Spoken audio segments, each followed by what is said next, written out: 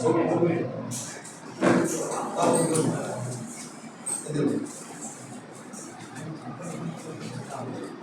பல்கலைக்கழகம் அயல்நாட்டு தமிழ் கல்வித்துறையின் சார்பில் நடைபெறக்கூடிய வியாழவட்ட வார கருத்தரங்கம் தொடர் 91ற்கு தங்கள் அனைவரையும் வணங்கி வரவேற்கின்றேன். ஒவ்வொரு வாரமும் எங்களுக்கு ஒவ்வொரு விதமான புது புது அனுபவங்களை கற்றுக்கொண்டிருக்கின்றோம். அவ்வகையிலே இன்றைய அரங்கம் ஒரு சிறப்பு வாய்ந்த அரங்கமாக, ஒரு திறனாய்வு அரங்கமாக அமையப்பட்டிருக்கின்றது. இந்த அரங்கிற்கு அனைவரையும் வருகென வரவேற்று எங்கள் வியாழவட்ட வார கருத்தரங்கில் தலைமை தாங்கி கொண்டிருக்கக்கூடிய எங்கள் துறைத் தலைவர் ஐயா, அன்பு காட்டி அரவணைத்து அறவழியில் நெறிப்படுத்தும் எங்கள் ஐயா, வளர்தமிழ் புலத்தின் முதன்மையரும் எங்கள் அயல்நாட்டு தமிழ் கல்வித்துறையின் துறை தலைவருமாகிய இரா குறிஞ்சிவேந்தன் ஐயா அவர்களை அனைவரின் சார்பாக வருக என அன்போடு வரவேற்கின்றேன்.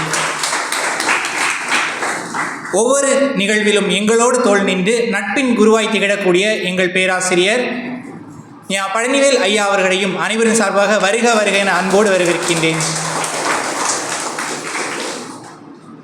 எங்கள் துறையை சார்ந்த முனைவர் பட்ட ஆய்வாளர்களும், மொழிபெயர்ப்பு துறையை சார்ந்த முனைவர் பட்ட ஆய்வாளர்கள், அகராதில் துறையை சார்ந்த முனைவர் பட்ட ஆய்வாளர்கள், அறிவியல் தமிழ் துறையிலிருந்து வருகை தந்திருக்கக்கூடிய முனைவர் பட்ட ஆய்வாளர்கள் என அனைவரையும் வருக என வரவேற்கின்றேன்.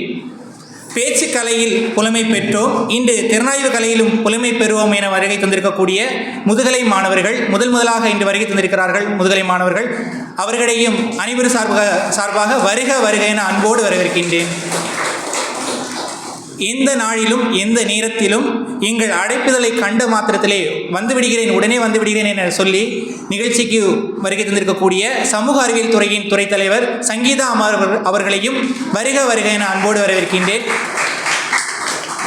எங்கள் புலத்தினுடைய அலுவல் நிலை பணியாளர் ஐயா அவர்களையும் வருக என அன்போடு வரவேற்கின்றேன்.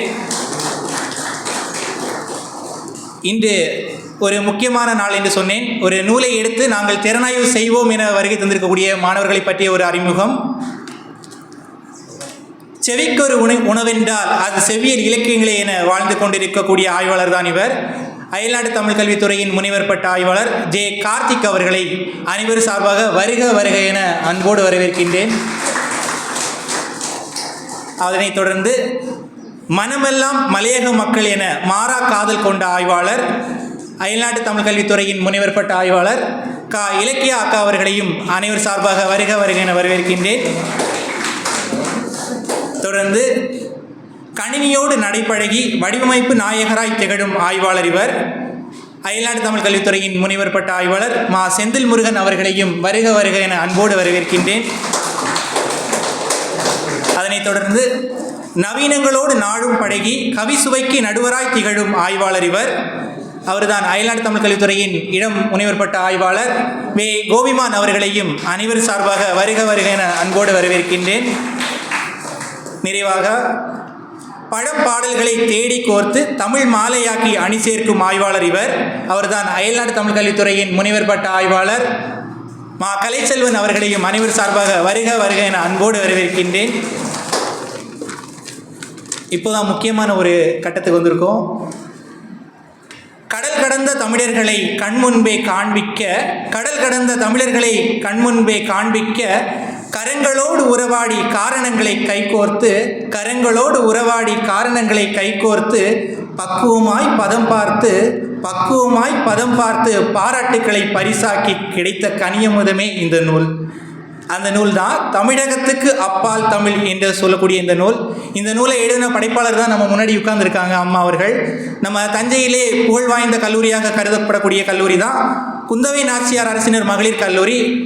அக்கல்லூரியினுடைய புகழ்மிக்க துறையாக விளங்கக்கூடியது தான் தமிழ் துறை. அந்த தமிழ் துறையிலே புகழ் பெற்ற பேராசிரியர் தான் நமது திராவிடமணி அம்மா அவர்கள். அவர்களையும் அனைவரும் சார்பாக வருக என அன்போடு வரவேற்கின்றேன். மீண்டும் ஒரு முறை வந்திருக்கக்கூடிய அனைவரையும் வரவேற்று முறையாக அறிமுக உரை நல்கிட எங்கள் துறைத் தலைவர் ஐயா அவர்களை பணிந்து வணங்குகின்றேன்.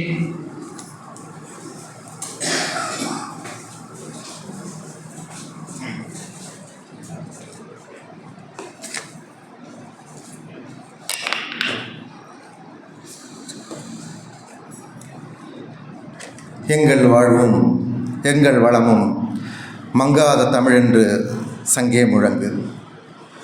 தமிழ் பல்கலைக்கழகம் சுதந்திர காற்றை சுவாசிக்கின்ற மிக அருமையானதொரு பொழுதில் இந்த வியாழவட்டம் நிகழ்ந்து கொண்டிருப்பது எனக்கு மிகவும் மகிழ்ச்சியாக இருக்கிறது. 90இல் விடுதலை கிடைத்தவுடன் 91இல் தமிழகத்திற்கு அப்பால் தமிழ் என்கின்ற நூலின் திறனாய்வை நாம் பார்க்கின்றோம். மிகவும் சிறந்ததொரு பல்கலைக்கழகத்திலே நாங்கள் பணியாற்றி கொண்டிருக்கின்றோம் என்று வரும்போது பேராசிரியர் அன்பிற்கினிய முனைவர் திராவிடமணி அவர்களிடம் சொல்லிக்கொண்டே வந்தேன். காரணம், இந்த பல்கலைக்கழகத்துடைய கட்டுமானத்திலே ஒரு சிறப்பு இருக்கிறது. தமிழ்நாடு என்கின்ற அந்த சிறப்பு, வெளியுலகம் பேசுகின்ற சிறப்புகள் எத்தனையோ இருக்கின்றன. எங்கேயெல்லாம் அது மேல் நோக்கி சிகரங்களை நோக்கி செல்கின்றதோ அதே வேகத்திலே சில நேரத்தில் பள்ளத்தாக்கினை நோக்கியும் பயணப்படுகின்ற ஒரு சூழலையும் இந்த பல்கலைக்கழகம் எதிர்கொண்டிருக்கின்றது. ஆனால் எல்லா சரிவுகளிலும் இறங்கும் போதெல்லாம் அதே வேகத்துடன் மேலும் மிக வேகமாக பல இமயங்களை தொட்டு செல்கின்ற ஆற்றல் இந்த பல்கலைக்கழகத்திற்கு உண்டு. அதற்கு காரணம் பல தமிழ் அறிஞர்களின் நூற்றாண்டு கனவு இந்த பல்கலைக்கழகம், தமிழ் பல்கலைக்கழகம். உலகத்திலே எத்தனையோ பல்கலைக்கழகங்கள் இருக்கின்றன, ஆனால் தமிழின் பெயரால் அமைந்த ஒரே பல்கலைக்கழகம் இந்த பல்கலைக்கழகம் மட்டும்தான்.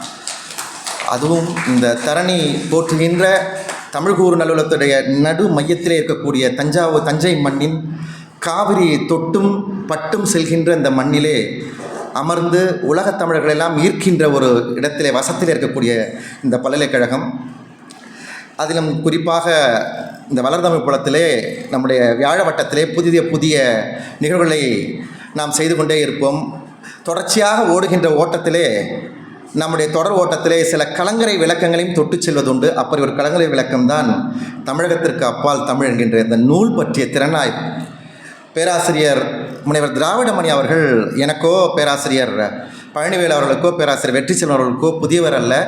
அவர் மிகவும் தந்த தமிழ் உலகத்திலே பரிச்சயப்பட்ட முகம், அவருடைய முகம். எப்போதும் சிரித்து கொண்டே இருக்கக்கூடிய ஒரு புன்னகைக்கு சொந்தக்காரர்.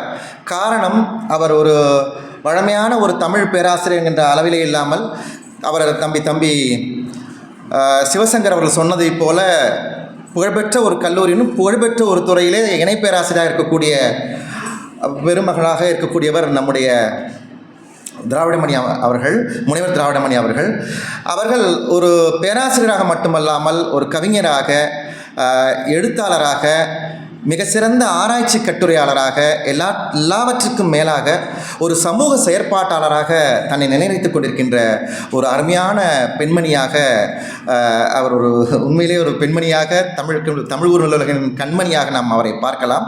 மிக எளிமையானவர். நீங்கள் அதுவும் நம்முடைய துறையில் பெரும்பாலும் அவரை ரொம்ப அதிகமாக தொந்தரவு பண்ணுறது கரிகால் சோழன் விருதுக்கு அயல்நாட்டவர்களை, அந்த எழுத்தாளர்களை தேர்ந்தெடுத்து கொடுங்கள் என்பதற்காக நாம் அவரை தொந்தரவு செய்வோம். ஆனால் அதை கூட எவ்வளவு பணிச்சுமை இருந்தபோது கூட நாக் போன்ற தேசிய தர மதிப்பீட்டு குழு எல்லாம் அவருடைய கல்லூரிக்கு வந்தபோது கூட அந்த பணிகளுக்கு இடையில் நமக்காக பல பணிகளை செய்து கொண்டிருப்பவர். நிறைய விருதுகளுக்கு சொந்தக்காரர். அவர் நிறைய விருது, அறிஞர் அண்ணா விருது, குறள்நெறி செல்வர் விருது, அசோகமித்திரன் மிகச்சிறந்த தமிழுடைய படைப்பாளி, அவருடைய பெயரால் அவர் நினைவூக்க விருது என்று பல விருதுகள், நான் ஒரு குறிப்பிடத்தகுந்த விருதுகளை மட்டும் சொன்னேன். அப்படிப்பட்ட விருதுகளுக்கெல்லாம் சொந்தக்காராக இருப்பவர். அவர் ஒரு கவிஞராக இருப்பதால் தான் மிகச்சிறந்த ஒரு அறிஞராகவும் இருக்கிறார் என்று நான் கருதுவேன். நல்ல ஒரு கவிதை முகம் அவருக்கு இருக்கிறது. சொல் அது ரொம்ப, அந்த கவிதைக்கு தலைப்பு வைக்கும்போதே ரொம்ப அழகாக இருக்கும். கௌதம புத்தருக்காக காத்திருக்கிறேன் அப்படின்ற ஒரு வெயில் உதிர்காலம் அப்படின்னு இன்னொரு கவிதை தொகுப்பு. மடை திறந்து, அந்த உண்மையில் அந்த கவிதை தொகுப்பு படித்து பாருங்கள். மடை திறந்தாற் போல கவிதைகள் எல்லாம் எழுதக்கூடிய ஆற்றப்படுகிறது. அவருடைய அந்த கவிதை தொகுப்பை தஞ்சை வட்டார எழுத்துக்கள் என்ற கட்டுரைக்காக படிக்கும்போது நான் வாசித்த அந்த கட்டுரை மிக அருமையான நூல், அந்த கவிதை நூல். அப்படி ஒரு அருமையான கவிதை நூல்களுக்கு சொந்தக்காரர். நாம் பெரும்பாலும் இந்த தமிழ் இலக்கியத்தை சங்க இலக்கியம், பக்தி இலக்கியம், இடைக்கால இலக்கியம் என்றெல்லாம் கடந்து செல்கின்ற போது அவருடைய பார்வை மிக வித்தியாசமான பார்வை. சங்க இலக்கியத்திலே சங்ககால குடிமக்களில் இந்த பரதவ மக்கள் இருக்காங்க பார்த்தீங்களா, அவருடைய பரதவ குடியருடைய இருப்பு பற்றி மிக அருமையானது ஒரு நூல் ஒன்றை அவர் எழுதிய, நீங்கள் படிக்க வேண்டிய வாசிக்க வேண்டிய நூல் நெய்தல் திணை என்பதை எப்படி பார்க்க வேண்டும் என்பதற்காக அந்த நூலை நீங்கள் நிச்சயமாக வாசிக்க வேண்டும். தேர்வுகள் எல்லாம் எழுதக்கூடிய இப்போது கூட இந்த இது வருது, செட் தேர்வு வரப்போகுது. இந்த செட் தேர்வு அது போன்ற மாணவர்களுக்காக தமிழ் இலக்கிய வரலாறு ஒன்றை எழுதியிருக்கின்றார் அவர். அப்புறம் அறிவியல் தமிழுக்கு மிக முக்கியமான நெருக்கமான ஒரு செய்தி, அறிவியலும் இலக்கியமும் என்கின்ற ஒரு நூலை, அருமையான ஒரு நூலை ஆக்கியிருக்கின்றார். சங்க இலக்கியத்திலே ஆழமான தோய்வு, அதே நேரத்தில் நவீன இலக்கியத்திலும் மிகவும் அழகாக ஆற்றங்கள் பட்டவர். நக்கீரர் கபிலர் என்கின்ற ஒரு நூல் இல்லை மேடம், நக்கீரர் கபிலர் என்ற ஒரு அருமையானது ஒரு நூல். அப்புறம் பழந்தமிழரின் பண்பாட்டு முகங்கள் என்கின்ற நூல். அதான் சங்க இலக்கியத்தையும் நவீன இலக்கியத்தையும் ரொம்ப அழகாக இரு கண்களாக கொண்டிருக்கக்கூடிய அருமையானவர். நிறைய நூல்கள், நீங்கள் நிறைய தமிழ் இலக்கியத்திற்காக வருகின்ற, தமிழ் உணர்வுக்காக வருகின்ற நூல்கள், காக்கை சிறகினிலே, தாமரை, உங்கள் நூலகம், புத்தகம் பேசுது, இலங்கையிலிருந்து வரக்கூடிய தாய் வீடு, தாமரை போன்ற எல்லா இதழ்களிலும் தொடர்ச்சியாக கட்டுரைகளை நீங்கள் பார்த்து கொண்டே இருக்கலாம். அவருடைய ரொம்ப நம்ம இவ்வளவு துறைகளில் வந்து நம்மளுடைய அயல்நாட்டு தமிழ் கல்வித்துறையோட ரொம்ப நெருக்கமான உறவு கொண்டவர். இங்கே வந்திருக்கவங்க நிறைய எல்லா இலக்கியத்துறை மாணவர்களும் சேர்ந்து உங்களுடைய இந்த நூலை பற்றி தெரிந்து கொள்வதற்காக வந்திருக்கிறார்கள். எல்லா துறை மாணவர்களும் வந்திருக்கிறாங்க. அதில் நம்ம துறையில் வந்து இங்கே ஏதாவது ஒன்று செஞ்சுக்கிட்டே இருப்பாங்க. அந்த வகையில் நான் நினைக்கிறேன், அயல்நாட்டு தமிழ்களில் புலம்பெயர்ந்த தமிழர் துறைக்குள்ளே அவங்க ரொம்ப அருமையாக உள்ள ஏற்கனவே பயணம் பண்ணிகிட்ருக்காங்க. அதில் ஒரு பெரிய ஒரு மைல்கல்லாக தமிழகத்திற்கு அப்பால் தமிழ் இந்த நூலை பார்க்கின்றேன். ரொம்ப அருமையான, இதை பற்றி தினமணியில் ரொம்ப அருமையானது ஒரு விமர்சனம் ரொம்ப அருமையாக போட்டிருந்தாங்க. இதை பற்றி இந்த புத்தக விமர்சனத்தில் ரொம்ப அழகாக இருந்தது. இப்போ அண்மையில் வந்தது. அதுக்கு பிறகு தான் நாங்கள் மேடத்தில் பேசிட்டு இந்த புத்தகத்தை நம்ம எப்படியாவது நம்ம மாணவர்களுடைய உதடுகளால், அவருடைய உள்ளங்களால் இதை வெளியில் கொண்டு வந்தால் ரொம்ப நல்லாயிருக்கும். நம்மக்கிட்ட வந்து நம்ம துறையில் நம்ம பக்கத்தில் இருக்கிறோம், அந்த நூல் தினமணியில் வருது. இப்போ நம்ம இருக்கும்போது இங்கே வந்தால் எப்படி இருக்குன்னு சொல்லிட்டு நம்ம பேராசிரியர் சொல்லிட்டு அப்புறம் தான் நம்ம இந்த நூலை மாணவர்கள் கண்மணிகளை கொண்டு இதை இன்றைக்கு கொண்டு களம் காண வைத்திருக்கின்றோம். ஒரு நல்ல பேராசிரியர் அவருடைய நூலை எடுத்து மாணவர் திறனாய்வு செய்யும்போது இந்த பல்கலைக்கழகத்திற்கும் இந்த துறைக்கும் கிடைத்திருக்கின்ற பெரிய மரியாதை என்று நான் கருதுகின்றேன். அந்த வகையிலே இந்த துறையின் சார்பாகவும் பல்கலைக்கழகத்தின் சார்பாகவும் ஒரு முறை அவரை வருக என்று வரவேற்பதிலே பெருமகிழ்ச்சி அடைகின்றோம். அவருக்கான நினைவு பரிசினை தருகின்ற நேரம் இது. பேராசிரியர் பழனிவேல் ஐயா அவர்கள் அந்த நினைவு பரிசினை தற்போது முனைவர் பேராசிரியர் திராவிடமணி அவர்களுக்கு வழங்குவார்கள். வாங்க வாங்கப்பா, போடுங்க சார்.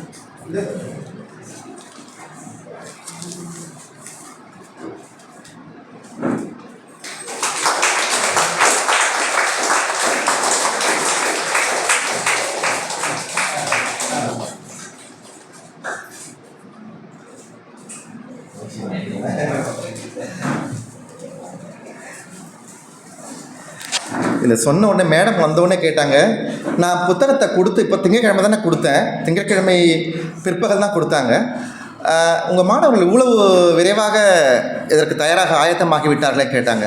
எனக்கு கூட ஆச்சரியம்தான் அது. ஆனால் அடுத்த வாரம் வைத்துக்கொள்ளலாம் தான் அவங்களும் என்கிட்ட சொல்லியிருந்தாங்க, நானும் சொன்னேன். ஆனால் எப்போதுமே அர்ஜுனன் கூட அவன் களத்துக்கு போன பிறகு தான் வில்லில் எடுத்து அம்பை கோர்ப்பான். எங்கள் மாணவர்கள் கோர்த்து வைக்கப்பட்டிருக்கிற அம்பு எப்போ பாய்வாங்க தான் தெரியாது, ஆனால் பாய்வதற்கு ஆயத்தமாக எப்போதும் இருப்பார்கள். அவர்கள் தான் அப்படித்தான் இருக்கணும். தமிழ் படிக்கிறவர்கள் எப்போதும் அப்படித்தான் இருக்க வேண்டும். அதை பார்க்கும்போது உண்மையில் எனக்கு நெகிழ்ச்சியாகவும் மகிழ்ச்சியாக இருந்தது.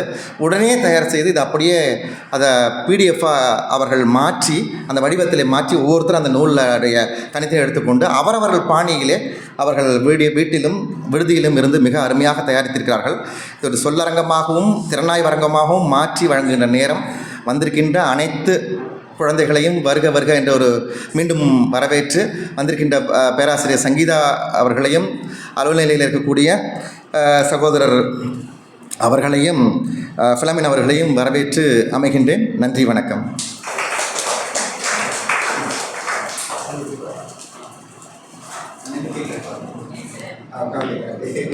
அறிமுக உரை வழங்கிய ஐயா அவர்களுக்கும் சிறப்பினை செய்த ஐயா அவர்களுக்கும் நன்றியை தெரிவித்துக் கொண்டு தற்பொழுது திறனாய்வு உரைக்கான நேரம்.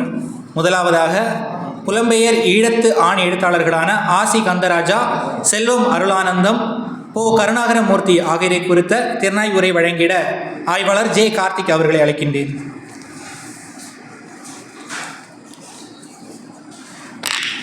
அனைவருக்கும் இனிய வணக்கம். இந்த 91வது வியாழவட்ட வார கருத்தரங்கத்தினுடைய தொடரில் திராவிடமணி அம்மா அவர்கள் எழுதிய தொகுத்த தமிழகத்திற்கு அப்பால் தமிழ் என்கின்ற 14 அயலகத் தமிழர்கள் அவர்களை கண்டு எடுத்த நேர்காணலின் தொகுப்பாக இந்த நூல் அமையப்பெற்றிருந்தாலும் கூட அதனை ஒரு நேர்காணல் திறனாய்வாக அமைப்பதற்கு எங்களுக்கு அனுமதியும் ஊக்கமும் அளித்த அயல்நாட்டு தமிழ் கல்வித்தினுடைய தலைவர் பேராசிரியர் குறிஞ்சுதன் ஐயா அவர்களுக்கு எங்களுடைய நன்றியும் வணக்கமும், இங்கு குழுமிருக்கக்கூடிய பேராசிரியர் பெருமக்கள், மாணவர்கள், சக திறனாய்வாளர்கள் என அனைவருக்கும் என்னுடைய முதற்கண் வணக்கத்தை நான் தெரிவித்துக் கொள்கின்றேன்.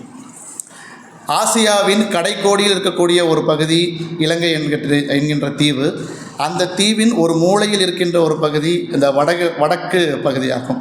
அந்த வடக்கு பகுதியில் நேர்ந்த அவலங்களால், இனம் சார்ந்த அவலங்களால் ஆசிஸ் கந்தராஜா என்கின்ற ஒரு தமிழர் அங்கிருந்து புலம்பெயர்ந்து ஆஸ்திரேலியா கண்டத்திற்கு செல்கிறார். செல்வம் மருளானந்தன் என்கின்ற ஒரு தமிழர் அங்கிருந்து புலம்பெயர்ந்து கனடா என்கின்ற அமெரிக்க கண்டத்திற்கு செல்கின்றார். கருணாகரமூர்த்தி என்கின்ற ஒரு தமிழர் அங்கிருந்து புலம்பெயர்கின்ற ஜெர்மனி என்கின்ற ஐரோப்பா கண்டத்துக்கு செல்கின்றார். ஆகவே கண்டம் விட்டு கண்டம் பாய்ந்த இந்த புலம்பெயர் ஈழத்தமிழ் எழுத்தாளர்களுடைய படைப்புகள் என்பது மிகவும் செறிவுமிக்கவை என்று சொன்னாலும் கூட ஒரு படைப்பாளன் அவற்றை ஒரு வாசகன் அந்த படைப்பாளர்களை அணுகுகின்ற பொழுது அவர்கள் இருக்கக்கூடிய தாயக நிலை, புகலிட நிலை என அனைத்து நிலைகள் இருந்தாலும் அவற்றை முழுமையாக ஒரு வாசகனால் ஈர்க்க முடியுமா என்பது ஐயத்திற்குரியதுதான். அந்த படைப்புகளை ஒரு வாசகன் ஒரு 3-4 முறை படித்தாலும் கூட அந்த எழுத்தாளர் சொல்ல நினைக்கின்ற அந்த முக்கிய மையப்பொருளுக்கு அருகில் வாசகன் செல்லலாமே ஒழிய முழுவதுமாக அந்த படைப்பாளனுடைய அந்த புலம்பெயர் சூழலை உள்வாங்கிக் கொள்ள முடியாது. 2-3 முறை அந்த வாசகர் படித்தாலும் கொஞ்சம் நெருக்கத்தில் சென்று விடலாமே ஒழிய முழுவதுமாக அவரால் புரிந்து கொள்ள முடியாது. ஆகவே இதற்கு இடையில்தான் இந்த நேர்காணல் என்கின்ற ஒரு வடிவம் முக்கியத்துவம் பெறுகின்றது. கடந்த 2 நூற்றாண்டுகளாக இலக்கிய இதழ்களிலே இந்த இலக்கிய நேர்காணல் என்கின்ற ஒன்று வெளியிடப்பட்டு கொண்டே இருக்கும். ஒரு படைப்பின் வழியாக ஒரு வாசகன் படைப்பாளரை அணுவதை காட்டிலும் அந்த படைப்பினை உள்வாங்கிய ஒரு வாசகன் அந்த படைப்பாளனை நேரடியாக அணுவதற்கு சமமாக இந்த இலக்கிய நேர்காணல் இருக்கின்றன. ஆகவே அந்த நேர்காணல் என்கின்ற அந்த பகுப்பையே நேர்காணல் இலக்கியம் என்று ஒரு இலக்கிய பகுப்பாகவே நாம் வைத்து சிந்திக்க முடியும்.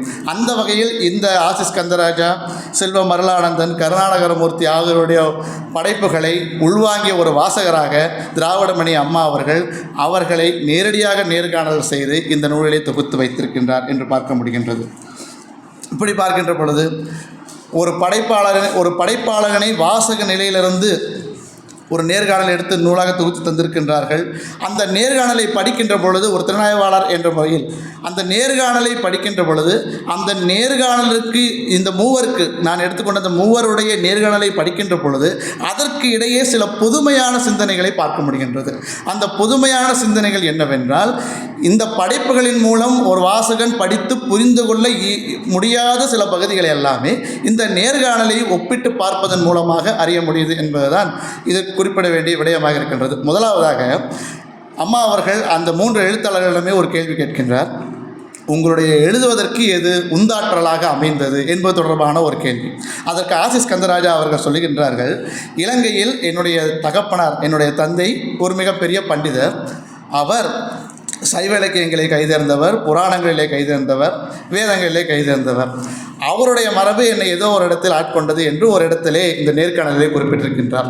செல்வ மருளானந்தன் அவர்கள் அவருடைய நேர்காணலிலே அம்மா கேட்ட கேள்விக்கு அவர் பதில் சொல்லியிருக்கின்றார், என் தாயார் மிகப்பெரிய வாசகராக இருக்கின்ற காரணத்தால் அதுவும் என்னோடு தொற்றிக்கொண்டது என்ற பொருள்படி குறிப்பிட்டிருக்கின்றார். கருணாகரமூர்த்தி அவர்கள் இதே கேள்விக்கு ஒரு பதில் சொல்லியிருக்கின்றார், என் குடும்பமே இந்த இலக்கிய வாசிப்பில் திளைத்த குடும்பம், ஆகவே எனக்குள் அது ஊற்றெடுத்தது. ஆகவே இந்த புலம்பெயர் எழுத்தாளர்களுடைய பாடுபொருள் ஒரு புலம்பெயர்வு கருத்தாக்க இருந்தாலும் கூட அவர்களுக்கு எழுதுவதற்கான உந்துதல் இந்த வாசிப்பின் மூலம் கிடைத்தாலும் கூட அவர்கள் குடும்பம் சார்ந்த எழுத்து மரபு என்பது இந்த புலம்பெயர் எழுத்துக்களில் வினையாற்றிருக்கின்றன என்பதுதான் இந்த நேர்காணலை ஒப்பிடுவதன் மூலமாக அறியக்கூடிய ஒரு கருத்தாக இருக்கின்றது ஒன்று. இரண்டாவதாக அம்மா அவர்கள் இன்னொரு கேள்வி கேட்கின்ற பொழுது, இதே ஒரு கேள்வி கேட்டு வருகின்ற பொழுது இன்னொன்றையும் இந்த நேர்காணலின் மூலமாக பார்க்க முடியாது. என்னவென்றால், இந்த மூவரும் ஏறத்தாழ ஒரே துறையைச் சேர்ந்தவர்கள், அதாவது அறிவியல் தொடர்பான துறையைச் சேர்ந்தவர்கள். ஆசி கந்தராஜா அவர்கள் ஒரு தாவரவியல் பேராசிரியர், வேளாண் சார்ந்த அறிஞர். செல்வம் அருணானந்தன் அவர்கள் மருத்துவத்துறை சார்ந்த ஒரு அறிஞர். கருணாகரன் அவர்கள் இந்த கடல் வானொலி தொலைத்தொடர்பு துறையை சேர்ந்த ஒரு தொழில்நுட்ப அறிஞர். ஆகவே இவர்களுடைய இந்த மூவரும் தொழில்நுட்பம் சார்ந்து அறிவியல் சார்ந்த இடத்தை படிப்பினை தொழிலை மேற்கொண்டு வருவார்கள். அவர்கள் படிப்பு சார்ந்த தொழிலை மேற்கொண்டு வருகின்ற பொழுது அந்த தன் அனுபவங்கள் எல்லாமே இவர்களுடைய படைப்புகளில் வினையாற்றி இருக்கின்றன. குறிப்பாக ஆசிஸ் கந்தராஜா அவர் வேளாண் சேர்ந்த அறிஞர் என்று சொல்வது போல இந்த வேளாண் தாவரங்கள் இவையற்றெல்லாம் வைத்துக்கொண்டு கருத்தங்குழும்பான் என்கின்ற ஒரு புனைகதையை எழுதியிருக்கின்றார். இதுதான் தமிழில் வந்த வேளாண் புனைகதைகளில் மிக முக்கியமான ஒரு புனைகதையாகவும் அமைந்திருக்கின்றது. இவற்றையெல்லாம் வைத்துக்கொண்டு ஒரு புலம்பெயர்ந்த எழுத்தாளர் தன்னுடைய சுய பணியை மையமாக வைத்து அதன் மூலமாக கிடைத்த படிப்பினைகளை எல்லாம் வைத்து இப்படி புனைவுகளை எழுதியிருக்கின்றார் என்பதற்காக ஜெயமோகன் அவர்கள் இவரை பாராட்டியிருக்கின்றார். நிலத்தின் விரிவையும் அதனால் திரண்ட துயரையும் மாத்திரம் புலம்பெயர் எழுத்தென்று உள்வாங்கி ஒடுங்கிவிடாமல் தன் துறைசார் கதைகளை நவீன இலத்திற்கு அருகில் கொண்டு வந்து சேர்த்த புலம்பெயர் தமிழ் எழுத்தாளர் வரிசையில் ஆசி கந்தராஜா முக்கியமானவர் என்று ஜெயமோகன் ஆசி கந்தராஜாவை அவருடைய துறை சார்ந்த இலக்கிய போக்கை வைத்து குறிப்பிட்டிருக்கின்றார். செல்வம் அருணானந்தன் அவர்கள் காலம் என்கின்ற இதழை நடத்தியதன் மூலமாக கனடாவில் அறியப்பட்டவர். அவர் ஒரு அடிப்படையில் மருத்துவம் சார்ந்த சிந்தனை போக்குடையவர், அதில் இயங்கியவர் என்று சொல்ல நல்லவா. அதுபோல அவருடைய படைப்புகளிலும் அவருடைய துறை சார்ந்த சில செயல்பாடுகள் எல்லாமே காணப்படுகின்றது. குறிப்பாக போரில் விழுப்புண்பட்டவர்களை பற்றியும் எழுதியிருக்கின்றார். போரில் விழுப்புண்பட்ட பின்பு அவற்றையெல்லாம் மனதிலே காயங்களாக ஏற்றிச் சென்ற புலம்பெயர் தமிழர்களை பற்றியும் குறிப்பிட்டிருக்கின்றார். ஆகவே அகத்திலும் புறத்திலும் விழுப்புண் பெற்றவர்கள் எப்படி ஒரு மருத்துவன் ஒரு நோயாளியை, ஒரு குறைபாடு உடையவனை அணுகுவாரோ அதே போன்று தன்னுடைய எழுதி தீரா பக்கங்கள் நூலிலே மருத்துவன் என்கின்ற அந்த மனநிலையிலிருந்து இந்த புலம்பெயர் தமிழர்களை ஒரு நோயாளிகளாக பார்த்து அவர்களுக்கான அகம்புறம் குறித்த சிக்கல்களை ஆராய்ந்திருக்கின்றார். இதேபோல கருணாகர மூர்த்தி அவர்கள் தகவல் தொடர்பு துறையைச் சேர்ந்தவர் என்று குறிப்பிட்டேன் அல்லவா. அதுபோல இவருடைய நேர்காணலை குறிப்பிட்டிருக்கின்றார். என்னுடைய எழுத்துக்களில் தனி மனிதர்களுடைய சிக்கல்கள், அதாவது புலம்பெயர்ந்த தனி மனிதர்களுடைய சிக்கல்களையும் குறிப்பிட்டிருக்கின்றேன். ஒட்டுமொத்தமாக அந்த சமூக குழுக்களாக அவர்கள் இணைந்து வாழ்கின்ற பொழுது அவர்களுடைய சிக்கல்களையும் குறிப்பிட்டிருக்கின்றேன். முத்தாய்ப்பாக இந்த தனி மனித சிக்கல்களையும் சமூக சிக்கல்களும் என்று இணைகிறதோ அந்த இணைகின்ற பகுதியில் பேசப்படாத சில விடயங்களையும் நான் பேசியிருக்கின்றேன் என்று தன்னுடைய நேர்காணலை குறிப்பிட்டிருக்கின்றார். ஆகவே இவர்களுடைய இந்த மூவருடைய படைப்புகளில் அவர்கள் துறை சார்ந்த படிப்பினை அதன் மூலமாக புனைவுகள் வெளிப்படுத்தப்பட்டிருக்கின்றன என்பதை இந்த நேர்காணலின் மூலமாக நாம் ஒப்பிட்டு ஆராய முடிகின்றது. குறிப்பாக அம்மா அவர்கள் இந்த எழுத்தாளர்களிடம் ஒரு கேள்வி கேட்டிருக்கின்றார். படைப்பாக்க உணர்வு தோழமை குறித்து உங்கள் படைப்புகள் இருக்கின்றதா என்பது தொடர்பான ஒரு கேள்வி. இந்த படைப்பாக்க உணர்வு தோழமை என்பது நான் அம்மாவுடைய அந்த கேள்வி அவர்கள் அளித்த பதில் அதிலிருந்து நான் புரிந்து கொண்ட வகையில், இப்பொழுது புலம்பெயர் தமிழர் ஒருவர் புலம்பெயர்ந்து செல்கின்றார். புலம்பெயர்ந்த தமிழர் என்று இல்லாமல் வேறு வேறு இனக்குழு மக்களும் புலம்பெயர்ந்து சென்றிருப்பார்கள். குறிப்பாக யூதர்கள், பாலஸ்தீனர் என்று பலரை நாம் குறிப்பிட முடியும். அந்த புலம்பெயர்வு நிலைகளை படிக்கின்ற பொழுது ஒரு வாசகராக இருந்த அந்த படைப்பாளர் எப்படி தன்னுடைய புனைவுகளில் இந்த மற்ற இனத்தினுடைய புலம்பெயர்வு குறித்த கருத்துக்களை எடுத்தாண்டிருக்கின்றார் என்பது தொடர்பாக அமையப்பட்டிருக்க கேள்வி என்று நான் கருதுகின்றேன். அதற்கு ஆசிஸ் கந்தராஜா அவர்கள் தன்னுடைய நேர்காணலை பதில் சொல்லியிருக்கின்றார். பாலஸ்தீன மக்கள், இஸ்ரேலிய மக்கள் மற்றும் ஆஸ்திரேலிய ஆதிகுடிகள் இவர்களுடைய அளந்துழைவு பற்றியெல்லாம் நான் பேசியிருக்கின்றேன். இவை என்னுடைய புனைகதையில் விளையாற்றியிருக்கின்றன என்றும் தன்னுடைய நேர்காணலை குறிப்பிட்டிருக்கின்றார். கருணாகரமூர்த்தி அவர்கள் இதே போன்ற ஒரு பதிலை குறிப்பிடுகின்றார். அவரும் பாலஸ்தீனியர்களை சொல்கின்றார், ஆஸ்திரேலிய பழங்குடியினரை பற்றி சொல்கின்றார். அவை அல்லாமல் வட அமெரிக்கத்தினுடைய தொல்குடியினரான குளோவிஸ், செவ்விந்தியர்கள் இவர்கள் எப்படி அலைத்தொழிக்கப்பட்டார்கள், புலம்பெயர்ந்து சென்று வாழ்ந்தார்கள் என்பது தொடர்பான அவலச் செய்திகளை எல்லாமே தன்னுடைய புனைவுகளுக்கு நான் பயன்படுத்தி கொண்டேன் இலக்கிய போக்கிற்காக என்று கருணாகரமூர்த்தி அவர்கள் குறிப்பிட்டிருக்கின்றார். இவ்வாறு இன்னொரு படைப்பாளனுடைய படைப்பாக்க உணர்வு தோழமை குறித்து பல நிலைகளில் தன்னுடைய புனைவுகளை பயன்படுத்தியிருக்கிறார் இந்த மூவரும் என்று நாம் பார்க்கின்ற முடியுது. இறுதியாக மொழிநடை தொடர்பான கேள்விகளை அம்மா கேட்கிறார். இவ்வளவு பாடுபொருள் இருக்கின்றது, அந்த கதையை நகர்த்தி செல்வதற்கான போக்கு இருக்கின்றது, இவை இருக்கின்ற பொழுது ஒட்டுமொத்தமான உலகத் தமிழர்கள் படிப்பதற்கு ஏற்ற ஒரு மொழிநடையாக எதை கையாள்வீர்கள்? குறிப்பாக நீங்கள் சொற்களஞ்சியங்களை பயன்படுத்துவது உண்டா என்று அம்மா அவர்கள் கேள்வி கேட்டிருக்கிறார்கள். அதற்கு ஆசிஸ் கந்தராஜ் அவர்கள் பதில் சொல்கின்றார், நான் எளிய நடை மட்டுமே விரும்புகின்றேன், எப்பொழுதாவது நான் சொற்களஞ்சியங்களை பயன்படுத்துவது உண்டு என்று சொல்கின்றார். செல்வ மல்லானந்தம் அவர்கள் வேண்டுமென்றே நான் சொற்களஞ்சியங்களில் சென்று நான் சொற்கள் தேட விரும்பவில்லை, அதில் உடன்பாடும் இல்லை, தேவைப்பட்டால் பயன்படுத்து என்ற ஒரு பதிலை ஆசிஸ் கந்தராஜா போலவே செல்வம் வரலானந்தன் குறிப்பிட்டிருக்கின்றார். கருணாகர மூர்த்தி அவர்கள் ஒரு வியக்கம் வைக்கும் வகையில் ஒரு பதில் சொல்கின்றார், எழுத்தாளனை மொழியியல் அறிஞராக பார்க்காதீர்கள், அவன் எழுத்தாளன், அவனுக்கான எளிய நடை என்று ஒன்று இருக்கின்றது. ஆகவே இந்த மூவருடைய மொழிநடை என்பதும் சொற்களஞ்சியங்களை பயன்படுத்துவீர்களா என்று இந்த உலக பொதுநிலிருந்து அம்மா அவர்கள் கேட்டதும் அவர்கள் எளிய நடை, சாதாரணமாக புரிந்து கொள்ளக்கூடிய ஒரு நடை, அவர்கள் படைப்புகள் புலம்பெயர்ந்த தமிழர்களாக இருந்தாலும் கூட அவற்றின் நெகிழ்வுத்தன்மையோடு அந்த மொழி நடையை நாங்கள் கையாளுவோம் என்று சொல்லக்கூடிய அந்த தன்மை இந்த மூவருடைய நேர்காணலிலும் ஒப்புமையாக இருக்கின்றதை நான் காண முடிகின்றது. நிறைவாக இந்த மூவருடைய நேர்காணலில் என்னை கவர்ந்த ஒரு நேர்காணல் என்று பார்த்தால், அம்மா எடுத்த நேர்காணலில் என்னை கவர்ந்தது கருணாகர மூர்த்தி அவர்களுடன் எடுத்த நேர்காணல் தான் நான் மிகவும் ரசித்தேன். காரணம் என்றால், இந்த நேர்காணல் இலக்கியம் என்று நான் முதலில் குறிப்பிட்டேன் அல்லவா, அந்த நேர்காணல் இலக்கியத்திற்கு மிகச்சிறந்த ஒரு நேர்காணல் வடிவமாக அம்மாவிற்கும் கருணாகர மூர்த்தி அவர்களுக்கும் இடையே நடைபெற்ற அந்த உரையாடலை நான் பார்க்கின்றேன். அதிலே அம்மா அவர்கள் கேள்வி கேட்கிறார்கள், உங்கள் தாய்நாட்டிற்கும் இப்பொழுதும் உங்கள் தாய்நாட்டினுடனான தொடர்பு எப்படி இருக்கின்றது என்பது தொடர்பான ஒரு கேள்வி கேட்கின்றார். அதற்கு ஆசிஸ் கந்தராஜா ஒரு பதில் சொன்னார். என்னவென்றால், என் தாய் நாட்டிற்கு அடிக்கடி நான் போய் வருவேன், என் உறவு கெட்டியாகத்தான் உள்ளது என்று குறிப்பிட்டார். ஆனால் கருணாகர மூர்த்தி அவர்கள்,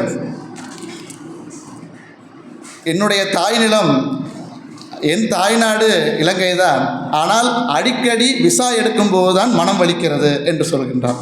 ஆகவே அந்த புலம்பெயர்னுடைய ஒட்டுமொத்த சிக்கல்களை, வழிகளை எல்லாம் இந்த ஒருவரின் மூலமாக, அணுவை துளைத்து ஏழு கடலை புகட்டி என்று சொல்வது போல, இந்த விசா எடுக்கும்போது தான் மனம் வலிக்கிறது என்கின்ற அந்த ஒற்றை வரியின் மூலமாக இந்த புலம்பெயர்ந்த ஈழத்தமிழர்களுடைய ஒட்டுமொத்த ஏதிலி சிக்கல்கள் எல்லாமே வந்து கண்முன் நிறுத்திருக்கின்றார். அதனால் தான் நான் சொல்கின்றேன், இந்த நேர்காணல் என்பது நேர்காணல் இலக்கியமாக பார்க்கப்படுகின்ற பொழுது, குறிப்பாக புலம்பெயர்ந்த தமிழர்களுடைய நேர்காணல்கள் இவ்வாறு ஒப்பாய்வு செய்யப்படுகின்ற பொழுது, இதில் நாம் இனங்காண முடியாத பல சிந்தனைகளை அறிய முடியும். அத்தகைய மிகப்பெரிய பணியை தன் சிரமேற்போர்கொண்டு அம்மா அவர்கள் இந்த நேர்காணல் எல்லாமே எடுத்திருக்கிறார்கள். அம்மா அவர்களுக்கு என்னுடைய உளமார்ந்த நன்றியை நான் தெரிவித்துக் கொள்கின்றேன். அவர் நூலைப் போலவே, நூல் பெயரைப் போலவே தமிழகத்திற்கு அப்பால் இன்னும் அம்மாவுடைய புகழ் பரவி இன்னும் பல எழுத்தாளர்களை இந்த தமிழ்கூறு நல்லுறத்திற்கு நேர்காணல் இலக்கிய வடிவில் கொண்டு வர வேண்டும் என்ற என்னுடைய வேண்டுதலையும் விளைவையும் தெரிவித்து நல்ல வாய்ப்பிற்கு நன்றி கூறி விடைபெறுகிறேன். நன்றி, வணக்கம்.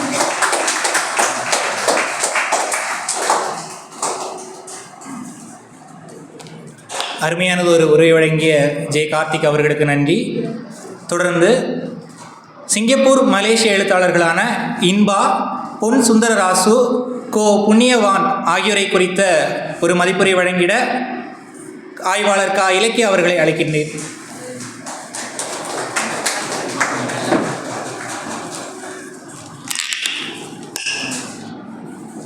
வியாழவட்ட தொடர் 91க்கு வருகை புரிந்துள்ள பேராசிரியர் பெருமக்களுக்கும், இன்னும் சில வாரங்களில் 100ஐ எட்ட இருக்கின்ற நமது வியாழவட்டமானது இன்றைய ஒரு சிறப்பு விருந்தினரை வரவேற்கும் விதமாக நிகழ்ந்து கொண்டிருக்கின்றது.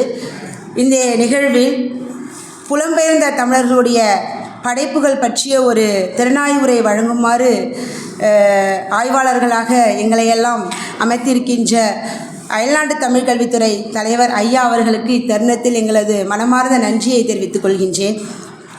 எல்லா வரலாற்று நிகழ்வுகளும் கால வெள்ளத்தால் ஒரு நாள் கரைந்து நீர்ந்துவிடும் என்பது கூட இன்னொரு வரலாறு தான் என்று வரலாற்றின் மறுபக்கத்தை புரட்டி பார்க்கின்ற ஒரு இலக்கியமாக நமது புலம்பெயர்ந்த இலக்கியமானது பார்க்கப்படுகின்றது. தமிழகத்துக்கு அப்பால் தமிழ் என்ற இந்த ஒரு நூலினை பற்றி திறனாய்வுரை வழங்கும் பொழுது இந்த நேர்காணல் இலக்கியம் பற்றிய ஒரு அறிமுகமானது, இது எவ்வாறு இந்த இலக்கியத்தை மதிப்புரை திறனாய்வு செய்வது என்பது பற்றிய ஒரு பலவாறு மன ஓட்டங்கள் என்னுள்ளே எழுந்து கொண்டிருந்தது. அவ்வாறு எழுந்து கொண்டிருக்கும் பொழுதுதான் நமது தமிழகத்திலிருந்து புலம்பெயர்ந்து சென்ற, குறிப்பாக சிங்கப்பூர் மற்றும் மலேசியாவிற்கு சென்ற இன்பா, பொன் சுந்தரராசு, கோ புண்ணியவான் போன்ற எழுத்தாளர்கள் பற்றிய ஒரு படைப்புகளானது எவ்வாறு படைக்கப்பட்டிருக்கிறது என்பதையெல்லாம் இதன் ஊடாக நான் துளாவி பார்க்கும் பொழுது பல விடயங்கள், பல ஒரு புதிர்கள் என்னுள்ளே எழுந்தது. அந்த புதிர்களுக்கான விடையாக இந்த நூலானது அமைந்திருக்கிறது என்பதை தங்களிடம் பகிர்ந்து கொள்வதில் பெருமகிழ்ச்சி அடைகின்றேன். முதலாவதாக தமிழகத்திலிருந்து, அதிலும் தஞ்சையிலிருந்து புலம்பெயர்ந்து சென்ற ஒரத்தநாடு பகுதியில் வசித்து சிங்கப்பூரில் 20 ஆண்டுகளாக வசித்து வருகின்ற கவிஞர் இன்பா அம்மா அவர்களை பற்றி நேர்காணலானது அம்மா அவர்கள் எடுத்திருப்பார்கள். அந்த நேர்காணலில் இன்பா அம்மா அவர்கள் கூறியிருப்பார்கள், தமிழகத்திலிருந்து நான் ஒரு மென்பொருள் துறையில் ஒரு தலைசிறந்த பதவியை வகித்து வருகின்றேன். இருப்பினும் எனது மனமானது ஏதோ ஒரு வலியை, ஒரு சுமையை தாங்கி கொண்டுதான் இருக்கின்றது என்று அவர்கள் கூறியிருப்பார்கள். அந்த சுமை, வலி என்பது தமிழகத்திலிருந்து வேறு நாடுகளுக்கு சென்று அங்கு ஒரு நல்ல நிலையில், ஒரு பொருளாதார நிலையில் இருந்தாலும் கூட ஏதோ ஒரு வலியினை தங்களுடைய மனமானது தாங்கி நிற்கிறது என்ற ஒரு எண்ண ஓட்டம் அவர்களுக்குள்ளே ஓடிக்கொண்டுதான் இருக்கின்றது. அந்த எண்ண ஓட்டத்தை ஆற்றிக்கொள்ளும் வகையில், அதை பூர்த்தி செய்து கொள்ளும் வகையில் அவர்களுடைய அந்த இலக்கிய படைப்புகளானது வெளிப்படுகின்றது. அவ்வாறு புலம்பெயர்ந்து சென்ற தமிழர்களுடைய இலக்கிய படைப்புகளை நேர்காணலின் மூலமாக அம்மா அவர்கள் இந்த நூலில் வடிவமைத்து தந்திருக்கின்றார். இன்பா அவர்கள் 2018ஆம் ஆண்டு நமது தஞ்சை தமிழ் பல்கலைக்கழகம் அயல்நாட்டு தமிழ் கல்வித்துறை நடத்துகின்ற கரிகால் சோழன் விருதில் மூங்கில் மனசு என்ற ஒரு சிறுகதைக்கான விருதினை அவர்கள் பெற்றிருக்கிறார்கள் 2018ஆம் ஆண்டு. கவிஞர் இன்பா அவர்கள் பெரும்பாலும் கவிதையை படைப்பவர்கள் என்றே நமக்கெல்லாம் தெரிந்தவர்கள்.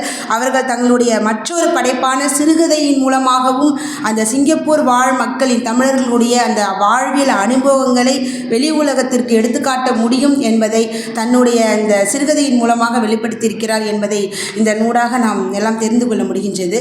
அம்மா அவர்கள் நேர்காணலில் ஒரு வினா எழுப்பியிருக்கிறார்.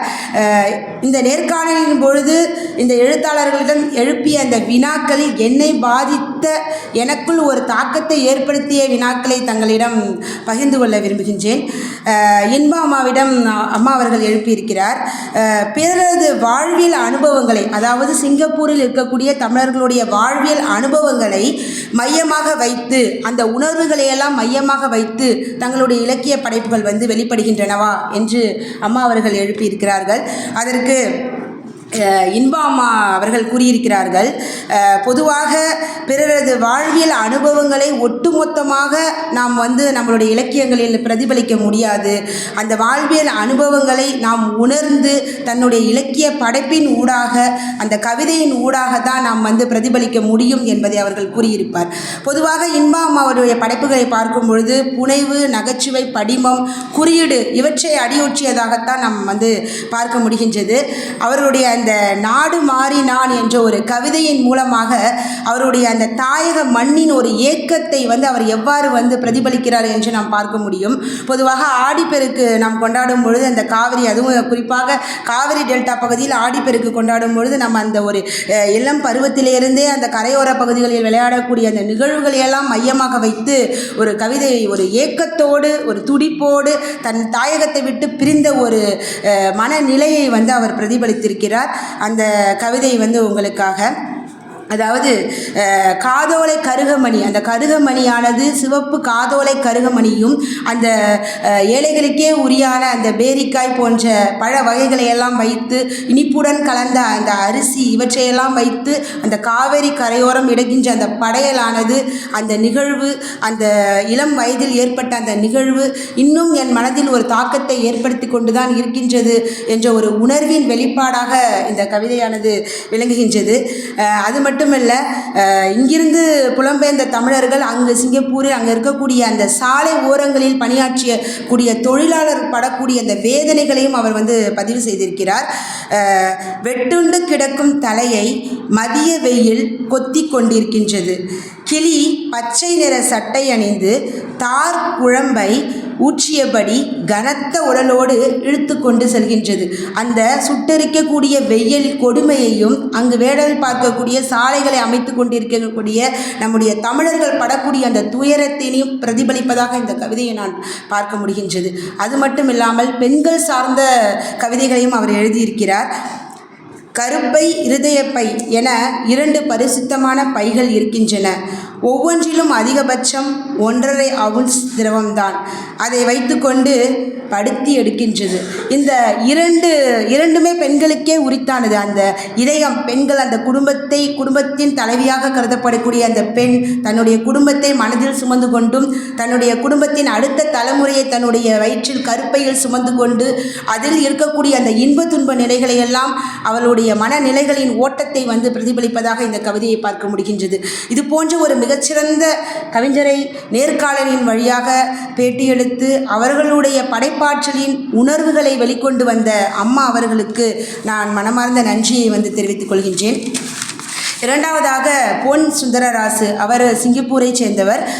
அவர் இளமையிலேயே நாடகத்தின் மீது தீராத பற்று, அதாவது 6 வயதிலேருந்தே நாடகத்தின் மீது தீராத பற்று கொண்டு ஓரங்க நாடுகளிலெல்லாம் நடித்தவர். மேலும் 14 வயதில் தன்னுடைய இலக்கிய படைப்புலகில் கால் தடம் படித்தவர். இவருடைய படைப்புகள் பொதுவாக அந்த சமுதாயம், சிங்கப்பூர் இருக்கக்கூடிய தமிழர்களுடைய சமுதாய பின்புலத்தை மையமாக கொண்டுதான் இவருடைய படைப்புகள் இருக்கின்றன. இவரிடம் சில வினாக்கள் அம்மா அவர்கள் எழுப்பியிருக்கிறார்.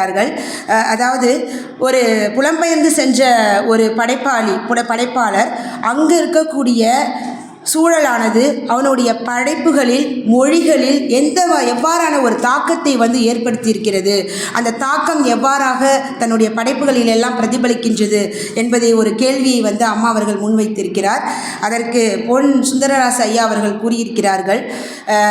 அதாவது மொழி நடை மற்றும் அந்த கதை கரு என்று சொல்லக்கூடிய பொருண்மை இரண்டிலுமே ஒரு பெரும் தாக்கமானது அவருக்குள்ளே ஏற்படுத்தியிருக்கிறது.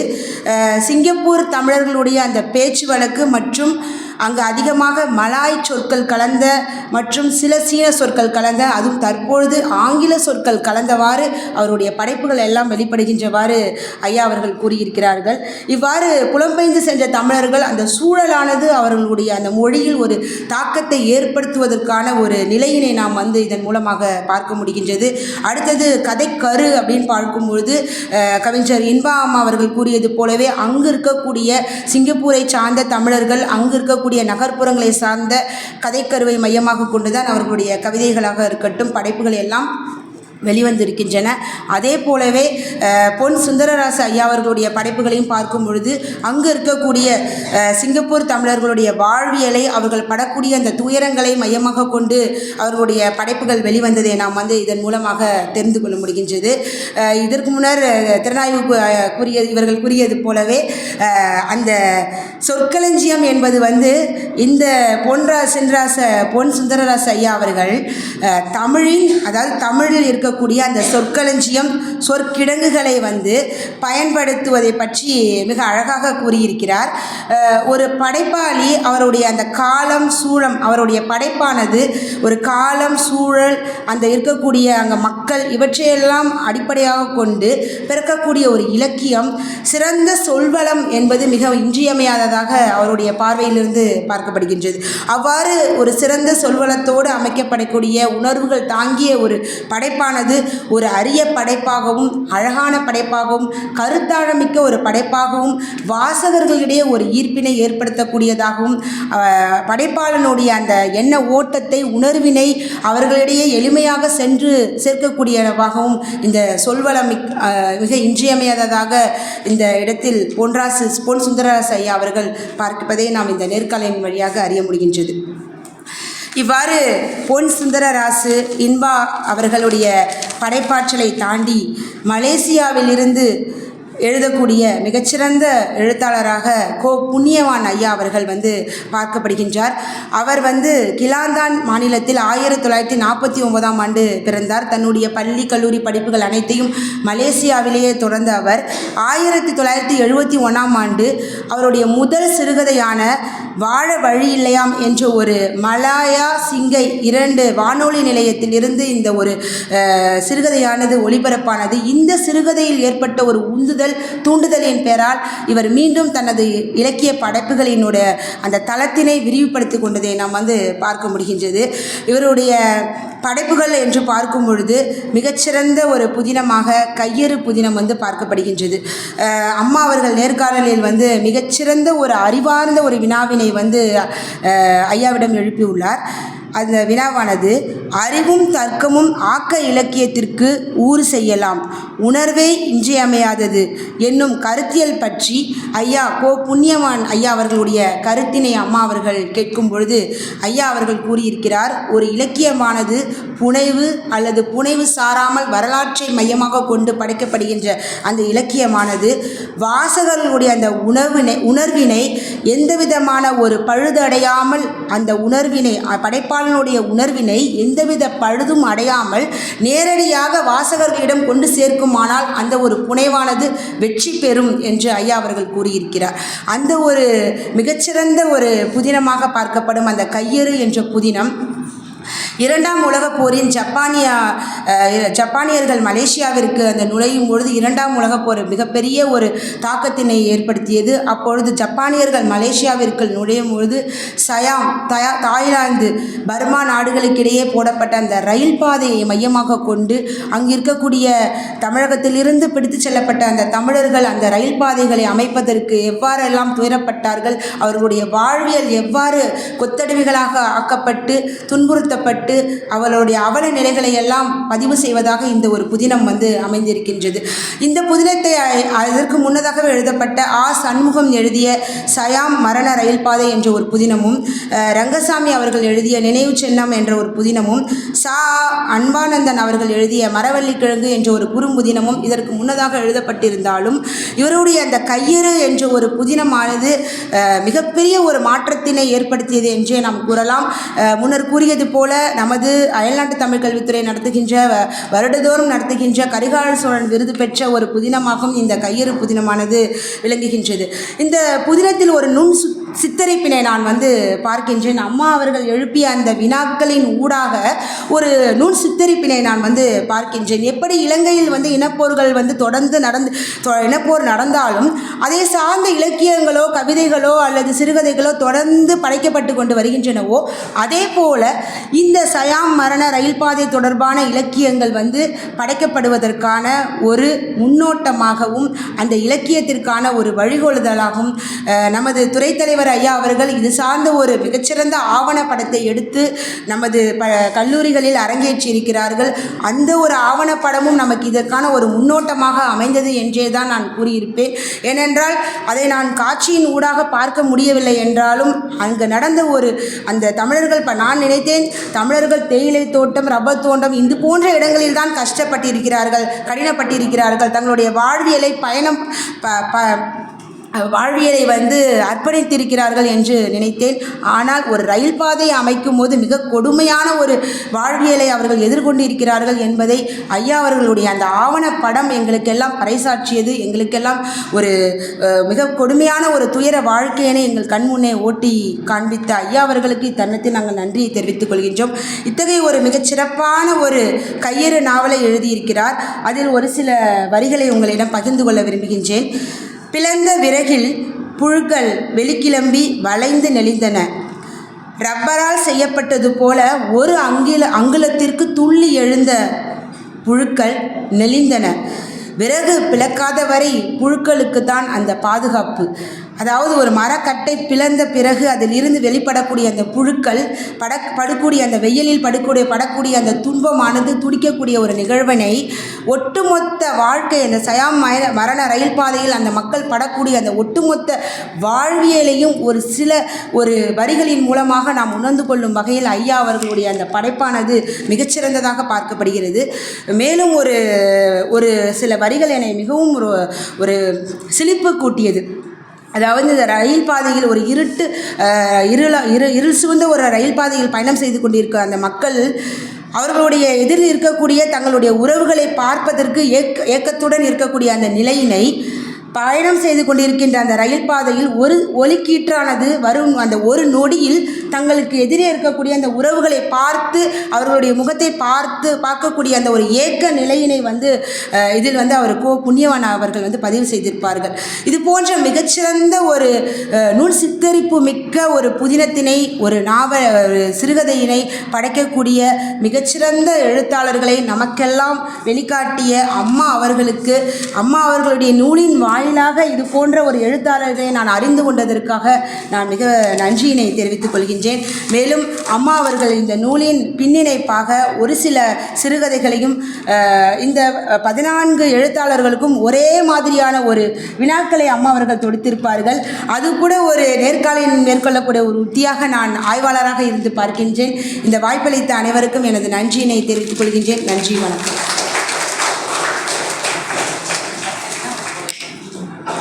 விமர்சன நோக்கில் மிக நீண்டதொரு உரை வழங்கிய ஆய்வாளர் அவர்களுக்கு நன்றிகள்.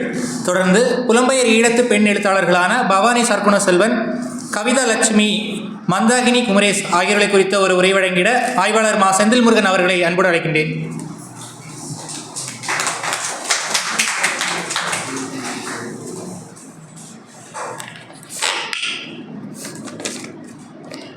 அனைவருக்கும் வணக்கம். தமிழகத்துக்கு அப்பால் தமிழ் என்னும் நூலில் 14 வேறுபட்ட முகங்களை காண முடிகிறது. இந்நூலை நம்ம 3 பகுதிகளாக பிரிக்கலாம். எழுத்தாளர்கள் பற்றிய ஒரு அறிமுகம், அவர்களிடம் நேர்காணல் கொண்டது, அது மட்டும் இல்லாமல் அவர்களுடைய தேர்ந்தெடுக்கப்பட்ட ஒரு படைப்பு என இந்த நூலினுடைய ஓட்டமானது அமைந்திருக்கிறது.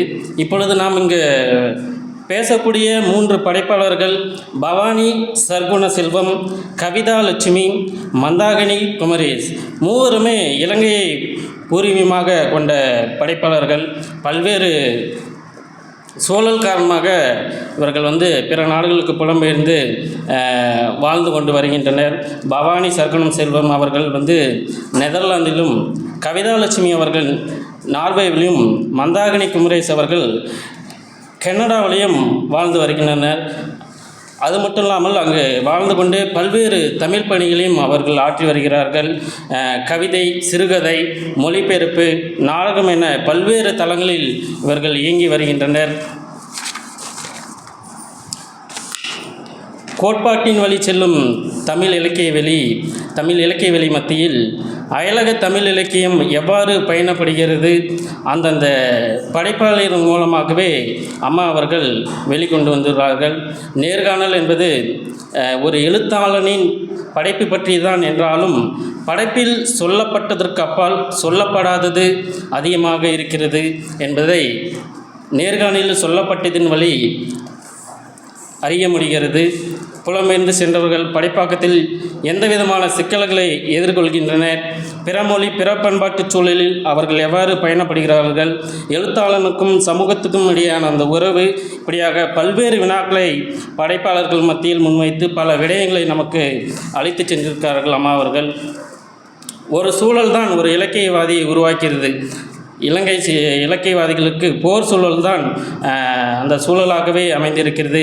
கவிதா லட்சுமி, மந்தாகினி குமரேஷ் ஆகியவர்கள் போரால் நேர்ந்த வழிகளும் வேதனைகளும் தான் இவர்களை எழுத தூண்டியுள்ளது என்பதை அம்மா அவர்களின் படைப்பின் வழியாக நம்மால் பார்க்க முடிகிறது. இவர்களுடைய படைப்பாக்கங்கள் பெரும்பாலுமே நடைப்பிலே தான் வெளிப்படுத்துகிறது. இஸ்ரேல் பாலஸ்தீன் அந்த போர் இனப்படுகொலை குறித்தும், சமூகத்தில் நிகழக்கூடிய அவலங்களை பற்றியும், பெண்களுக்கு எதிராக நிகழும் கொடுமைகளை பற்றி தான் இவர்கள் பேசுகின்றனர். அதுதான் இவர்களை எழுதவும் தூண்டுகிறது என்று நேர்காணல் வாயிலாக நம்மால் அறிந்து கொள்ள முடிகிறது. இலக்கிய வடிவத்தை அங்குள்ள படைப்பாளர்கள், அயலக படைப்பாளர்கள் எவ்வாறு படைக்கிறார்கள் என்றால், வாசகர்களுக்கு ஏற்றவாறு தான் அவர்கள் படைக்கின்றனர் அந்த இலக்கியத்தை. புலப்பெயர்வால் தங்கள் இலக்கியம் மாற்றம் பெற்றுள்ளதா என்பதை பற்றி வினாவிற்கு படைப்பாளர்கள் கூறுவது, அயலக வாசகர்கள் நெடுங்கதை யாரும் வாசிப்பதில்லை, அவர்களுக்கான அந்த நேரமும் அவர்களுக்கு இல்லை, அதனால் கவிதை தான் எழுதுகிறேன், சிறுகதை புதினம் விட கவிதை எழுதுவது தான் இங்கே கூடுதலாக இருக்கிறது என்று படைப்பாளர்கள் கூறுகின்றார்கள். இலக்கிய வடிவத்தை சூழல் தான் தீர்மானம் செய்கிறது என்பதை நம்மால் அறிந்து கொள்ள முடிகிறது. அது மட்டும் இல்லாமல் மொழி, பண்பாடு போன்ற மாற்றத்தால் இலக்கியத்தில் அது எவ்வாறு பிரதிபலிக்கிறது என்ற வினாவிற்கு நார்வேவில் வாழ்ந்து கொண்டிருக்கக்கூடிய கவிதா லட்சுமி அவர்கள் கூறுவது, இங்கிருந்து மொழி, பண்பாடு, கலாச்சாரம் என எல்லாம் எனக்கு புதியவை. எனவே அவற்றின் தாக்கங்கள் என் படைப்புகளில் இருக்கத்தான் செய்யும். நார்வேஜியா மொழியில் உள்ள இலக்கிய படைப்புகளின் வடிவம், மொழி நடை, அவர்களின் சிந்தனை முதலானவை என்னுள் தாக்கத்தை ஏற்படுத்தியிருக்கும் என்றுதான் நான் நம்புகிறேன் என்று கவிதா லட்சுமி அம்மா அவர்கள் கூறுகிறார்கள். அது மட்டுமல்லாமல் இவர்களுக்கான இலக்கிய சொல் பயன்பாடு சிக்கல் என்பது அதிகமாகவே தான் இருக்கிறது. இலக்கியத்திற்கான சொல் தேடலின் பொழுது பிற அறிஞர்கள், பிற தமிழ் அறிஞர்கள், சக எழுத்தாளர்கள், மொழிபெயர்ப்பாளர்களுடன் கலந்தோசித்து தான் பொருத்தமான சொல்லை படைப்பாக்கத்திற்கு அவர்கள் தேர்ந்தெடுத்து பயன்படுத்துகிறார்கள் என்று பவானி சர்க்குண செல்வம் அவர்கள் தெரிவிக்கிறார்கள். அதேபோல மந்தாகினி குமரேஷ் அவர்கள், சொற்களை இணையத்தில் தேடுகிறேன், பிறருடன் கதைப்பதும் உண்டு. தேவாரத்தில் நம்மால் அறிந்து கொள்ள முடியாத தமிழ் சொற்கள் இருக்கின்றன. சொற்கள் கிடைக்காத பொழுது தேவாரத்திலிருந்து சரியான சொற்களை தேர்ந்தெடுத்து பயன்படுத்துகிறேன் என்று மந்தாகினி குமரேஷ் அம்மா அவர்கள் தெரிவிக்கிறார்கள். அதேபோல் படிப்பிற்கு தடையாக இருப்பது எது என்பதை பற்றி வினாவிற்கு பெண்கள் அனைவரும் மூவருமே குடும்ப சூழல் தான் தடையாக இருக்கிறது என்று குறிப்பிடுகின்றனர். குறிப்பாக மந்தாகினி குமரேஷ் அவர்கள் கூறுவது, பெண்களுக்கு குடும்ப சூழல் பெரும் தடையாக இருப்பதை கூறிவிட்டு, மேலும் அவர்கள் புலம்பெயர்வு என்பது ஒரு மரத்தை அடியோடு பிடுங்கி நடுவது போல, கலாச்சார அதிர்ச்சி, பூஜ்ஜியத்திலிருந்து மீண்டும் தொடங்க வேண்டிய தேவை, பொருளாதார அழுத்தங்கள் என பல தடைகளை தாண்டி வேண்டியிருக்கிறது என்று கூறி முடித்திருக்கிறார். ஒரு இலக்கியத்தின் வடிவத்தையும் கருத்தையும் சூழல்தான் முடிவு செய்யுது என்பதை இவர்களுடைய நேர்காணல் மூலம் அறிய முடிகிறது. இலக்கியம் மொழிக்கானது இல்லை, மக்களுக்கானது என்பதை இந்த அயலக இலக்கிய படைப்பாளர்கள் நிரூபித்திருக்கிறார்கள். தமிழகத்தில் அயலக படைப்பாளர்களுக்கு அங்கீகாரம் கொடுக்கும் வகையிலும் அவர்கள் அடையாளப்படுத்தப்படும் வகையிலும் அயலக தமிழ் படைப்பாளர்கள் சூழல் குறித்து அறிந்து கொள்ளவும், உலக அளவில் தமிழ் இலக்கிய வளர்ச்சி குறித்து அறிவும் இந்நூல் விளங்குகிறது. அயலக தமிழ் படைப்பாளர்களுடைய ஒரு பிரதிநிதியாக திராவிடமணி அம்மா அவர்கள் திகழ்கிறார்கள். அம்மா அவர்களுடைய முயற்சி தொடரட்டும். அம்மா அவர்களுக்கு வாழ்த்துக்களை, நன்றியும் தெரிவித்துக் கொண்டு விடைபெறுகிறேன். நன்றி, வணக்கம்.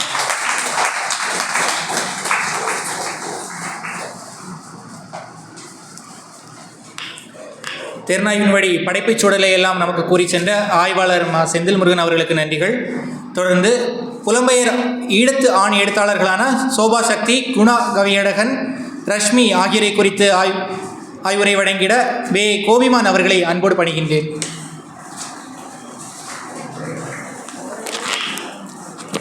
அனைவருக்கும் வணக்கம்.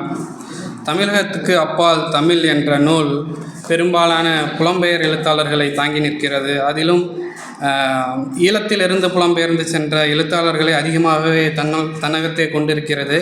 இந்த நூலில் பொதுவாக தமிழ் வளர்ச்சியில் அதிக பங்காற்றி கொண்டிருப்பவர்கள் யார் என்று கேட்டால், ஈழத்திலிருந்து புலம்பெயர்ந்து சென்ற எழுத்தாளர்களையே நாம் கூறலாம். அந்த வகையில் ஈழத்திலிருந்து, யாழ்ப்பாண பகுதியிலிருந்து புலம்பெயர்ந்து சென்று தற்போது பிரான்சில் வாழ்ந்து கொண்டிருக்கின்ற ஆண்ட்ரனி தாசன் என்று சொல்லப்படுகின்ற சோபா சக்தி அவர்கள் நாவலாசிரியராகவும், சிறுகதை ஆசிரியராகவும், நாடக ஆசிரியராகவும், திரைப்பட நடிகராகவும் நம்மால் பலராலும் அறியப்பட்ட ஒரு முகமாகவே இருக்கிறார். பொதுவாக இவருடைய படைப்புகளை ஒன்று குறிப்பிட்டவாறு கூற வேண்டும் என்றால் என்று சொல்லப்படுகின்ற ஒரு நாவல் இருக்கிறது. அந்த நாவலில் ஒரு தந்தையால் வன்புணர்வு செய்யப்பட்ட ஒரு மகள் எவ்வாறு அந்த போர்க்கால சூழலில் தன் கருவினை கலைக்க மருத்துவமனைக்கு அல்லல் படுகிறாள் என்ற அந்த போர் சூழலையும் அந்த போர் சூழலின் அவலங்களையும் அந்த நாவலில் அப்பட்டமாக காட்டியிருப்பார். அந்த நாவல் மிகவும் அவர் எழுதியதில் வரவேற்பு மிக்க நாவலாக இருக்கிறது. இவரை ஒரு படைப்பாளியாக ஏற்றுக்கொள்ளாத சிலர் கூட இவரை ஒரு சிறந்த நடிகராக ஏற்றுக்கொள்வார்கள். இவருடைய தீபன் என்ற அந்த ஒரு திரைப்படம் இருக்கிறது. அந்த திரைப்படத்தில் ஒரு ஈழ போராளி, இவர் குறிப்பிட்டு சொல்ல வேண்டுமென்றால் இவர் ஒரு முன்னாள் தமிழீழ போராளியாகவும் இருந்திருக்கிறார். இவர் ஒரு ஈழ போராளி எவ்வாறு அகதியாக்கப்படுகிறான், அகதியாக்கப்பட்டவன் வேறொரு நாட்டில் ஒரு சாதாரண மனிதனாக எப்படி வாழ்கிறான், அங்குள்ள அடக்குமுறை வன்முறைகள் எப்படி ஒரு போராளியை மீண்டும் கிளர்ந்தெழச் செய்து திரும்பவும் வேறொரு நாட்டில் எப்படி ஒரு போராளியாக மாற்றப்படுகிறது என்பதை அந்த படம் தத்ரூபமாக அந்த படத்தில் தத்ரூபமாக காட்டியிருக்கும். இவரை ஒரு படைப்பாளியாக முன்பு கூறியது போன்றே இவரை படைப்பாளியாக ஏற்றுக்கொள்ளாதவர்கள் கூட இவரை ஒரு சிறந்த நடிகராக அறிந்திருப்பார்கள். இதனைத் தொடர்ந்து தற்போது பலரால் அறியப்படாவிட்டாலும் இந்த தமிழ் போர் சூழலை இன்றைய அளவில் நம் முன்னே கொண்டு வந்து நிறுத்துவராக குணா கவியழகன் இருந்து வருகிறார். இந்த குணா கவியழகன் பதிப்பாசிரியராகவும் சிறுகதை ஆசிரியராகவும் அரசியல் விமர்சகராகவும் இருந்து வருகிறார்.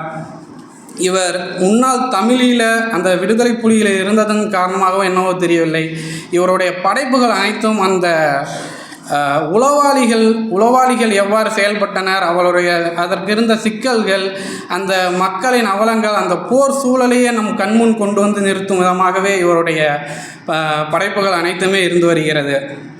இதனை விடுத்து மற்றும் இன்று விக்கிபீடியாவில் தேடினால் எல்லாமே நேற்று ஒரு நடிகர் உருவாகிறார் என்றால் இன்றைக்கு அவருடைய அந்த தரவுகள் எல்லாம் விக்கிபீடியாவில் கிடைக்கிது. இத்தனை வருடமாக ஒரு எழுத்தாளர் இருக்கார், ரஷ்மி என்று சொல்லப்படுகின்ற ஒரு எழுத்தாளர். அவரை பற்றிய குறிப்புகள் எதுவுமே கூகுள்லேயும் உங்களுக்கு கிடைக்காது, விக்கிபீடியா எதுலேயுமே கிடைக்காது.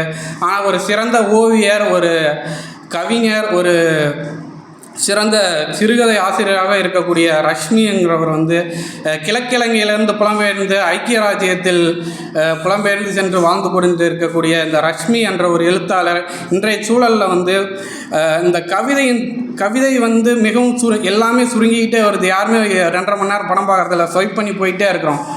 30 செகண்ட் தான், எல்லாமே 30 செகண்ட் தான் வீடியோ தான் ஸ்வைப் பண்ணி போயிட்டுருக்கோம்.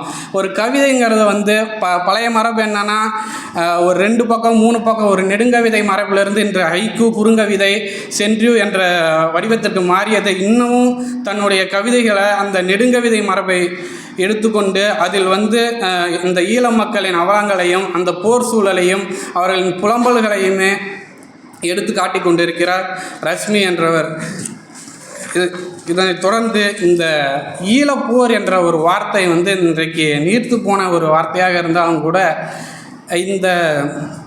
இவர்களுடைய அந்த நேர்காணலின் மூலம் அந்த நம்முடைய அறிவு தேடலுக்காக இந்த நேர்காணலின் மூலம் அவர்களுடைய அந்த அனுபவ புலம்பல்கள் எல்லாமே நம்மளுக்கு பயனுள்ளதாக இருக்கிறது. பெரும்பாலும் ஒரு வாசகனோட நமக்கு முன்னாடி பல படைப்புகள் இருக்கும், அந்த படைப்புகளை நம்ம படிப்போம். ஆனால் அந்த படைப்புகளை படித்து முடித்த உடனே ஒரு வாசகனின் மனநிலை என்னவாக இருக்கும்னா, இந்த ஆத்தர் ஏன் இப்படி எழுதுறான், இவனோட சூழல் என்ன, அவனை எது இப்படி எழுத வைக்கிது அப்படிங்கிற ஒரு யோசனை எல்லா வாசகர்கள்ட்டையும் வரும். அந்த வகையில் ஒரு நமக்கு இப்போ சோபாசக்தி ஆகட்டும், உணா கவியாளராகட்டும், ரஷ்மி ஆகட்டும், இவர்களுடைய படைப்புகள் எங்ககிட்ட இருக்குது. இவர்களுடைய மறுபக்கம் இவர்கள் எதை எழுத வைக்கிது, இவர்களோட அனுபவங்கள் என்ன, இவர்களுடைய நோக்கம் என்ன அப்படிங்கிறத எதுவுமே வாசகர்கள் யாருக்குமே பெரும்பாலும் தெரியாது. அந்த வாசகர்களுக்கு வாசகர்கள் எழுத்தாளர்களை பற்றி அறிய வேண்டும் என்ற நோக்கில் இவர்களுடைய மறுபக்கத்தை எங்களுக்கு நேர்காணலின் மூலம் பிரதியிட்டு காட்டிய அம்மா அவர்களுக்கு இந்த நேரத்தில் நன்றியை தெரிவித்துக் கொள்கிறேன். நன்றி.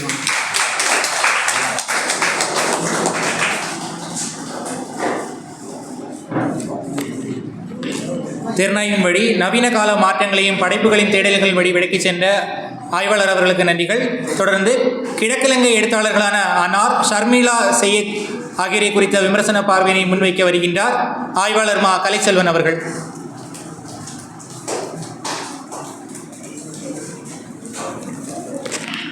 தமிழ் பல்கலைக்கழகம் நிகழ்த்தும் அயல்நாட்டு தமிழ் கல்வித்துறை நிகழ்த்தும் வியாழவட்டம் 91 வருகை தந்திருக்கக்கூடிய துறை தலைவரும் இன்றைய சிறப்பு விருந்தினரும் அம்மா உள்ளிட்ட அனைவருக்கும் என்னுடைய வணக்கத்தை தெரிவித்துக் கொள்கிறேன்.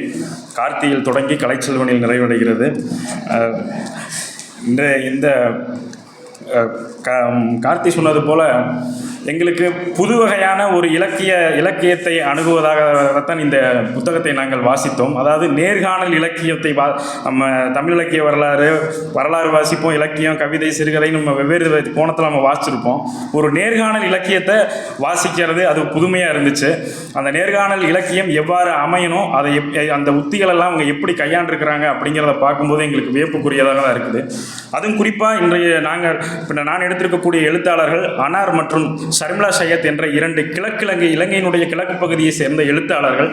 இந்த 2 எழுத்தாளர்களிடம் இவர்களுடைய நேர்காணலுக்காக வைக்கப்பட்ட கேள்விகள் பொதுவாக எங்களுக்கு அயல் நாட்டில் இருக்கக்கூடிய எழுத்தாளர்களிடமும், அதுவும் குறிப்பாக ஒரு சொந்த ஊரிலிருந்து வேறொரு நாட்டிற்கு புலம்பெயர்ந்து சென்றிருக்கக்கூடிய எழுத்தாளர்களிடம் நாம் அனைவரும் கேட்கக்கூடிய எழுத்துக்கள், அதுவும் இலங்கையிலிருந்து சென்றவர்களாக இருந்தால், உங்களுடைய எழுத்துக்கள் பெரும்பாலும் ஏன் போர் சம்பந்தப்பட்டதாகவே இருக்கிறது, அது போருக்கு முன்னும் போருக்கு பின்னும் இப்படியாகவே மட்டும் அவர்களுடைய எழுத்து இருக்கிறது, இதற்கான காரணம் என்ன என்பதான இந்த கேள்வியானது அனைவருக்குமான கேள்வியாகத்தான் இருக்கிறது.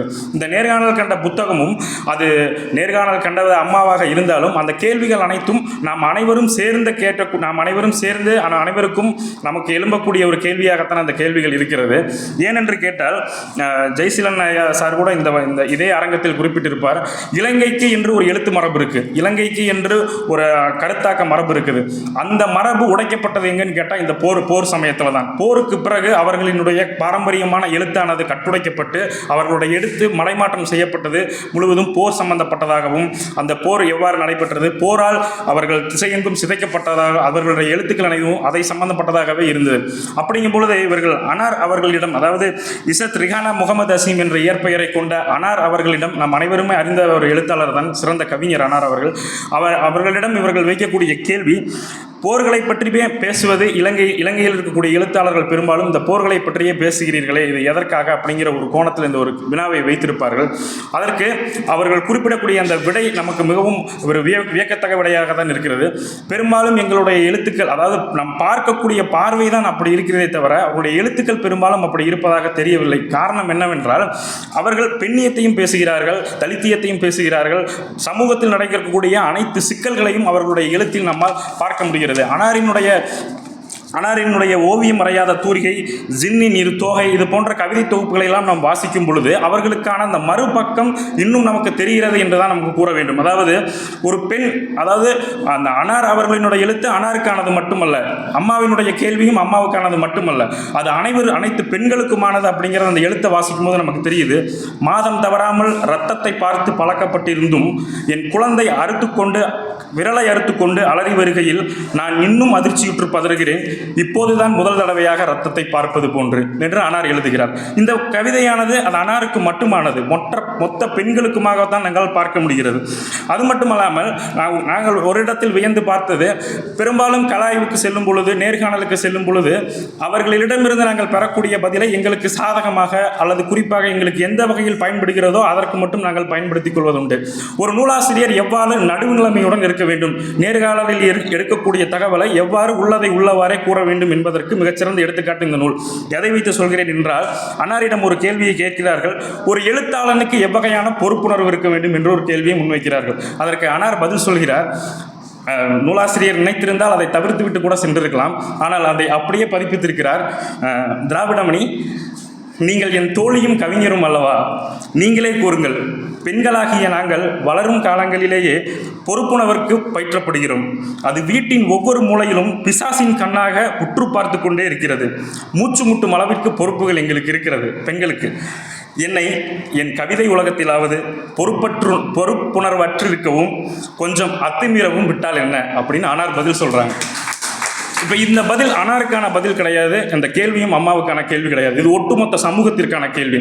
அப்படிங்கும் பொழுது இவர்களுடைய இந்த நேர்காணல் இலக்கிய வடிவம் என்பது நமக்கு ஒரு புதிய ஒரு அறிமுகமாக இருந்தாலும் இந்த 14 எழுத்தாளர்களையும் நாம் அனைவரும் நேரில் சந்தித்து நேர்காணல் எடுப்பது என்பது எவ்வகையில் சாத்தியம் என்று தெரியாது. ஆனால் இந்த ஒற்றை நூலை வாசிப்பதன் மூலம் உலகளாவிய புலம்பெயர்ந்த தமிழர்களினுடைய அவர்களை நாம் நேர்காணல் எடுப்பது போன்றதாக தான் இந்த புத்தகம் அமைந்திருக்கிறது. அது அதாவது அனார் சொல்கிறாங்க 1990 நாங்கள் எழுத ஆரம்பிக்கும் பொழுது என்னுடைய எழுத்து இவ்வளவு காத்திரமாலாம் இல்லை, நான் பேசாதிருப்பதால் ஊமை என்றோ உணர்ச்சிகளற்றவள் என்றோ எண்ணிவிட வேண்டாம், உங்களை திருப்திப்படுத்தும் அளவிற்கான பொய்களை என்னால் பேச முடியாது அப்படின்னு சொல்கிறாங்க. இந்த அளவுக்கு சாந்தமாக தான் இருக்காங்க. ஆனால் இன்னைக்கு நேர்காணலில் அம்மாவிடம் கேள்வி கேட்பது போன்றான அந்த இடைவெளி தான் அந்த பெண்களுக்கான எழுத்தினுடைய இடைவெளி என்று தான் பார்க்க முடிகிறது. அந்த வகையில் அனார் அவர்களினுடைய நேர்காணல் மிக முக்கியமான நேர்காணல். அதே மாதிரி தான் ஷர்மிளா சையத், இவர்களும் கிழக்கிழங்கையை சேர்ந்தவர்கள் தான். இப்பொழுது புலம்பெயர்ந்து அமெரிக்காவினுடைய ஒமேகா பகுதியில் வசித்து வருகிறார்கள். இவர்களுடைய எழுத்தை வாசிக்கும் பொழுது மறுபடியும் நம்மளே அந்த கேள்வியை கேட்டுக்கொள்வதுதான், புகலிட எழுத்தாளர்களினுடைய பொருண்மை அனைத்துமே இந்த போர்களை பற்றியதாகத்தான் இருக்கிறதா என்று கேட்கும் பொழுது இதற்கு அவர்களுடைய பதில் தான் மிகவும் சூட்சமான பதிலாக இருக்கிறது. அது இங்கிருந்து புலம்பெயர்ந்து சென்றது என்பது ஒரு வருந்தத்தக்க செய்தி தான். அதை அவர்கள் தாங்கள் எவ்வாறு ஒரு பாசிட்டிவாக எப்படி அதை சாதகமாக எடுத்துக்கிறாங்கன்னு பார்த்தா அவங்களுடைய பதில் சொல்கிறாங்க, எங்களுடைய எழுத்துக்களில் இருந்த இறுக்கம் உடைவதற்கான ஒரு இடமா இந்த புலம்பெயர்வு எங்களுக்கு இருந்துச்சு. எங்ககிட்ட ஒரு இறுக்கமான ஒரு எழுத்து இருந்துச்சு, எழுத்து நட இருந்துச்சு. அதிலிருந்து விலகி உலகத்தில் இருக்கக்கூடிய அனைத்து மக்களுக்கும் புரியும் வகையில் எழுதுவதற்கு இந்த புலம்பெயர்வு எங்களுக்கு ஒரு வழி சமைச்சது அப்படிங்கிறமான ஒரு பதிவை கொடுத்துருப்பாங்க. அது மட்டும் இல்லாமல் ஒரு பிரச்சனைனால பட்டவனுக்கு தான் அடுத்த பிரச்சனையை பற்றி தெரியும். அதை பற்றின அதாவது இவங்க அனைவருமே இனக்கலவரத்தில் பாதிக்கப்பட்டு உலக நாடுகள் முழுவதும் சிதைந்து சென்றவர்கள். அவர்களால் மட்டும்தான் வெவ்வேறு நாடுகளில் நடக்கக்கூடிய இனக்கலவரங்களை பற்றி பேச முடியும். ஷர்மிளா சையத் அவர்கள் குறிப்பிட்டார்கள், சூழ்ச்சிகளின் நிலம் என்று குறிப்பிடக்கூடிய ஆப்கானிஸ்தான் நாட்டினுடைய பழங்குடியினத்தவர்களை பற்றிய ஒரு நூல் பற்றி குறிப்பிடுகிறார். அந்த நூல் அடையாள பிரச்சனையை பற்றி குறிப்பிடுகிறது. அது மட்டும் இல்லாமல் சைபீரியா, கென்யா, பாலஸ்தீனம் இது போன்ற பல பகுதிகளில் நடந்த இனப்பிரச்சனைகளை உற்று நோக்குவதற்கு, அதை அலசி ஆராய்வதற்கு எங்களுடைய இந்த புலம்பெயர்வு முக்கிய காரணமாக இருந்தது என்று குறிப்பிடுகிறார். அப்போ ஒரு நிகழ்வினால் புலம்பெயர்ந்து சென்றார்கள், அது வருந்தத்தக்க செய்தி தான். அதை வைத்து மையமிட்டு எவ்வாறு அவர்களுடைய எழுத்துலகம் அமையப்பட்டிருக்கிறது என்பதற்கு இந்த ஷர்மிளா சையத்தினுடைய வாழ்க்கை அவர்களுடைய நேர்காணல் குறிப்பு மிக முக்கியமான குறிப்பு. அதிலும் குறிப்பாக அதில் ஷர்மிளா சையத்திற்காக அம்மா அவர்கள் தகனம் என்னும் ஒரு சிறுகதையை மட்டும் பின்னணிப்பாக வைத்திருப்பார்கள். வாசித்து பார்த்தால் உண்மையாலுமே கொரோனாவை நாம் அப்படி ஒரு பார்வையில் பார்த்திருக்கவே மாட்டோம். 2-3 ஆண்டுகளுக்கு முன்பு நாம் அனைவரும் அசைத்து போட்ட கொரோனா, ஒரு கொரோனாவானது இஸ்லாத் சமய மக்களை எவ்வாறு பாதிப்படைத்தது, அப்படியே ஒரு நிகழ்கால அரசியலை உடைத்து பேசியிருப்பார்கள். சிங்கள பௌத்தர்களினுடைய அவர்களினுடைய திட்டமிடப்பட்ட சதி. ஏனென்று கேட்டால் இஸ்லாத்திற்கு எரிக்கக்கூடிய மரபு என்பது கிடையாது. அவர்களுக்கு அந்த பூத உடலை அவர்கள் குழந்தையை பாவிப்பது போல பாவித்து அதை அடக்கம் செய்வதுதான் மரபு. அப்போ இயற்கையான மரணத்தையும் கூட கொரோனா மரணம் என்று திட்டமிட்டு அவர்களை எப்படி நெருப்பிட்டு எரிக்கிறார்கள் என்பதை மிக சூட்சமாக எழுதக்கூடிய அந்த சிறுகதை, அந்த கதை அதை பின்னணிப்பாக கொடுத்திருப்பார்கள். அப்போ இப்படி பார்க்கும் பொழுது எங்களுக்கு இலங்கையில் இருக்கக்கூடிய சிறுகதை அதாவது படைப்புகள் அனைத்துமே எங்களுக்கு வெளியிருந்து பார்க்கும் பொழுது அது போர் அப்படியான ஒரு பிம்பத்தை மட்டுமே கொடுத்தாலும் ஒரு ஆழமான ஒரு உள்நோக்கத்தோடு பார்க்கும் பொழுது அது வெவ்வேறு தளங்களில் பறந்து செல்கிறது தான். அதற்கு கோபி சொன்ன மாதிரி எங்களுக்கு ஆசிரியர்கள் தெரியும், ஆசிரியர்களோட படைப்பு தெரியும். ஆனால் இந்த படைப்பு எந்த சூழலில் உருவாகுது அப்படிங்கிறது நமக்கு தெரியாது. அனார் சொல்லுவாங்க, நான் இன்னைக்கு எழுத போகிறேன்னா அது கவிதையா சிறுகதையா நாவலாங்கிறது அந்த சூழல் தான் தீர்மானிக்கும். நான் எடுத்துக்கிற கதை கரு தான் தீர்மானிக்கும். ஒரு பெரிய இதை கொண்டு என்னால் கவிதையில் சொல்லணும்னு திணிக்கணும்னு நான் நினைக்க மாட்டேன். சின்ன விஷயத்தை வெடித்து பெருசாக எழுதணும்னு நான் நினைக்க மாட்டேன். அந்த சூழல் தான் எங்களை தீர்மானிக்கும் அப்படின்னு சொல்கிறாங்க. அந்த வகையில் இந்த கிழக்கிழங்கை எழுத்தாளர்களான ஷர்மிளா சையத்தும் அனாரும் இந்த நேர்காணலில் மிக முக்கியமானவர்களாக என்னால் பார்க்கப்படுகிறது. இந்த மதிப்புரை வழங்குவதற்கு வாய்ப்பளித்த துறைக்கும் துறை தலைவருக்கும் இத்தனை சொன்ன வாசிக்கும் பொழுது நூல் முழுவதும் வாசிச்சோம்னா தெரியும், அத்தனை பேர்த்தையும் நம்ம நேர்காணல் எடுத்த அந்த ஒரு உணர்வு வரும். அந்த வகையில் இந்த புத்தகத்தை வெளியிட்ட அம்மா அவர்களுக்கும் எங்களுக்கு மனமார்ந்த நன்றியை தெரிவித்துக் கொள்கிறேன். நன்றி, வணக்கம்.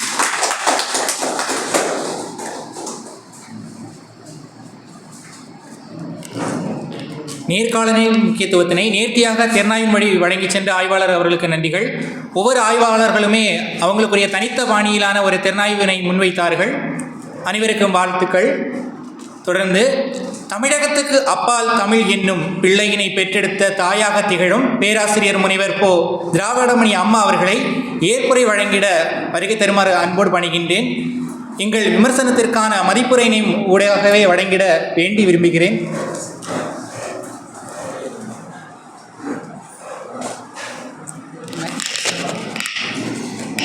அனைவருக்கும் இனிய வணக்கம். அதாவது எப்படி என்ன சொல்கிறதுன்னு எனக்கு இப்போ தெரியல. ஏன்னு சொன்னால், பொதுவாக இந்த மாதிரி விமர்சன கூட்டங்களுக்கெல்லாம் ஏற்கனவே போயிருக்கோம். பொதுத்தளத்தில் நமக்கு இது வரைக்கும் இந்த கவிதை நூல்கள் குறித்த அந்த இதெல்லாம் நடந்திருக்கு. அப்போது நல்லா சிறப்பாக அந்த நிகழ்வெல்லாம் ஏற்பாடு பண்ணியிருப்பாங்க. பேச்சாளர்களும் ரொம்ப பெரிய பெரிய ஆட்களாக இருப்பாங்க, வந்து உட்காந்துருப்பாங்க. வந்து விமர்சன உரைக்காக வந்து பேசுவாங்க. பேசும்போது எதையோ பேசுவாங்க. நம்ம கவிதையை பற்றி ஒரு 2 வார்த்தை பேச மாட்டாங்களா அப்படின்னு பார்த்துட்ருப்போம். கடைசியாக அந்த கவிதை ரொம்ப நல்லா இருந்ததுன்னு ஒரு கவிதையை சொல்லி முடிச்சிருவாங்க. ஆனால் இன்றைக்கி அப்படி இல்லை. இன்றைக்கி இன்றைய நிகழ்வு வந்து அந்த மாதிரி இல்லை. உண்மையாகவே இந்த மாணவர்களையெல்லாம் இந்த குழந்தைகளெல்லாம் என்ன சொல்கிறதுன்னு தெரியல. அவ்வளோ அருமையாக அதை உள்வாங்கிக்கிட்டு இன்றைக்கி வந்து விமர்சன உரையை வச்சுருக்காங்க. உண்மையாகவே நான் வந்து இவ்வளோ ஐயா வந்து அறிமுகப்படுத்தினாங்க, அவ்வளோ பெருமைக்கு உரியவளா அப்படின்னு எனக்கு தெரியாது. ஆனால் இந்த நூல் வந்த பிற்பாடு நான் ரொம்பவே ஒரு நல்ல உணர்றேன். நல்ல ஒரு நூலை வெளிக்கொண்டு வந்திருக்கோம் அப்படிங்கிறத உணர்றேன். இந்த நூல் வந்து ஏன் எழுதுனேன் அப்படிங்கிறது இருக்குது இல்லைங்களா? ஏன் எழுதுனேன்னு சொல்ல முடியாது, ஏன் வந்து இதை கொண்டு வந்தேன் அப்படிங்கிறது இருக்குது இல்லைங்களா? அதுக்கு ஒரு பின்னணி ஒன்று உண்டு. ஏன்னு சொன்னால், எங்களுக்கு வந்து அயலக தமிழ் இலக்கியம் அப்படின்னு சொல்லிகிட்டே இருக்குது. அதில் பத்மநாப ஐயர் அவருடைய உழைப்பு, அவரை பற்றின ஒரு கட்டுரை உண்டு அதில் இருக்கிறதுல. தாயகம் கடந்த தமிழ்னு நினைக்கிறாரு, மாலன் எழுதின அந்த தொகுத்த நூலில் இருக்குது. அப்போ அதை படிக்கும்போது அவர் வந்து இந்த அயலக தமிழ் இலக்கியங்களை, படைப்பாளர்களை கொண்டு வரணும் அப்படிங்கிறதுக்கு பெரும் சிரத்தை எடுத்துக்கிட்டார். அதுக்காக ஒரு 2-3 படைப்புகளையும் தொடர்ந்து அதை கொண்டு வர்றாரு. அதுக்கு பிறகு அந்த படைப்பானது நின்று போச்சு. அதுக்கு பிறகு நான் யோசித்தேன், சரி இப்படியான படைப்புகள் இப்போ வருதா அப்படின்னு யோசித்தப்ப அப்படி யாரும் தொகுத்து கொண்டு வந்த மாதிரி எனக்கு தெரியல. அதுக்கு பிறகு பார்த்தீங்க அப்படின்னு சொன்னால், நிறைய படைப்பாளர்கள், இப்போ நம்ம என்ன சொல்கிறோம், தமிழ்மொழி வந்து எங்கே பார்த்தாலும் பரவி இருக்குது இல்லையா? பரவி இருக்கையில் நம்ம என்ன சொல்கிறோம், தமிழ் மொழியானது உலகம் முழுவதும் பரவி இருக்கும் அப்படின்னு சொல்கிறோம். ஆனால் உண்மையிலேயே உலகம் முழுவதும் பரவி இருக்கா அப்படிங்கிற ஒரு வினா இருக்குது. அப்படி எடுத்துக்கும் போது அந்த உலகம் முழுவதும் பரவி இருக்குது அப்படின்னு சொன்னால் யார் கேட்டால் நமக்கு தெரியும் உண்மையிலேயே அந்த தமிழ் மொழியானது பரவி இருக்குன்னு? அங்கே இருக்கக்கூடிய படைப்பாளர்களை கேட்டால் தானே தெரியும். அப்போ நான் நினச்சேன், இந்த தமிழ் மொழி உலகம் முழுவதும் பரவி இருக்குது அப்படின்னு சொல்கிறாங்க, அது உண்மையாகவே பரவி இருக்கா, இல்லை எந்த அளவுக்கு தமிழினுடைய தாக்கம்? ஒவ்வொரு நாட்டிலையும் தமிழ் படைப்பாளர்கள் இருக்காங்க. அங்கே நூல்களை வந்து எழுதிட்டு தமிழகத்தில் வந்து வெளியிட்டுட்டு அவங்க போகிற நிலை தான் இன்றைக்கும் இருக்குது. அப்போ அங்கே வந்து தமிழ் இப்போ அடுத்த ஜெனரேஷன் என்னவா இருக்காங்க? இப்போ போனவங்க தமிழ் பேசுகிறாங்க, அவங்களுடைய பிள்ளைகள் வந்து தமிழ் பேசுகிறாங்களா, இப்படியெல்லாம் ஒரு நிலை இருக்குது இல்லையா? இப்போ இதெல்லாம் தெரிஞ்சுக்கணும் அப்படிங்கிற ஒரு எண்ணம் வந்தது. அப்போ நான் வந்து கவிஞர் சேரன் வந்து நான் தொடர்பு கொள்கிறேன். அவர்கிட்ட வந்து நான் இந்த மாதிரி ஒரு படைப்பை நான் கொண்டு வரணும்னு நினைக்கிறேன், இது மாதிரி யாராவது செஞ்சுருக்காங்களா அப்படின்னு நான் கேட்டேன். அப்போ சார் சொன்னாங்க, இல்லை இது மாதிரி மேலை நாடுகளில் செஞ்சுருக்காங்கன்னா தமிழ் இலக்கியத்தில் இப்படி ஒன்று கொண்டு வந்த மாதிரி எனக்கு தெரியல, நீங்கள் தாராளமாக செய்யலாம் அப்படின்னு சொன்னாங்க. அப்போ செய்யலாம் அப்படின்னு சொன்ன பிற்பாடு படைப்பாளர்கள் யார் எடுத்துக்கிறது, எந்த நாட்டில் உள்ளவங்களெல்லாம் எடுத்துக்கிறது அப்படின்ட்டுருக்கு.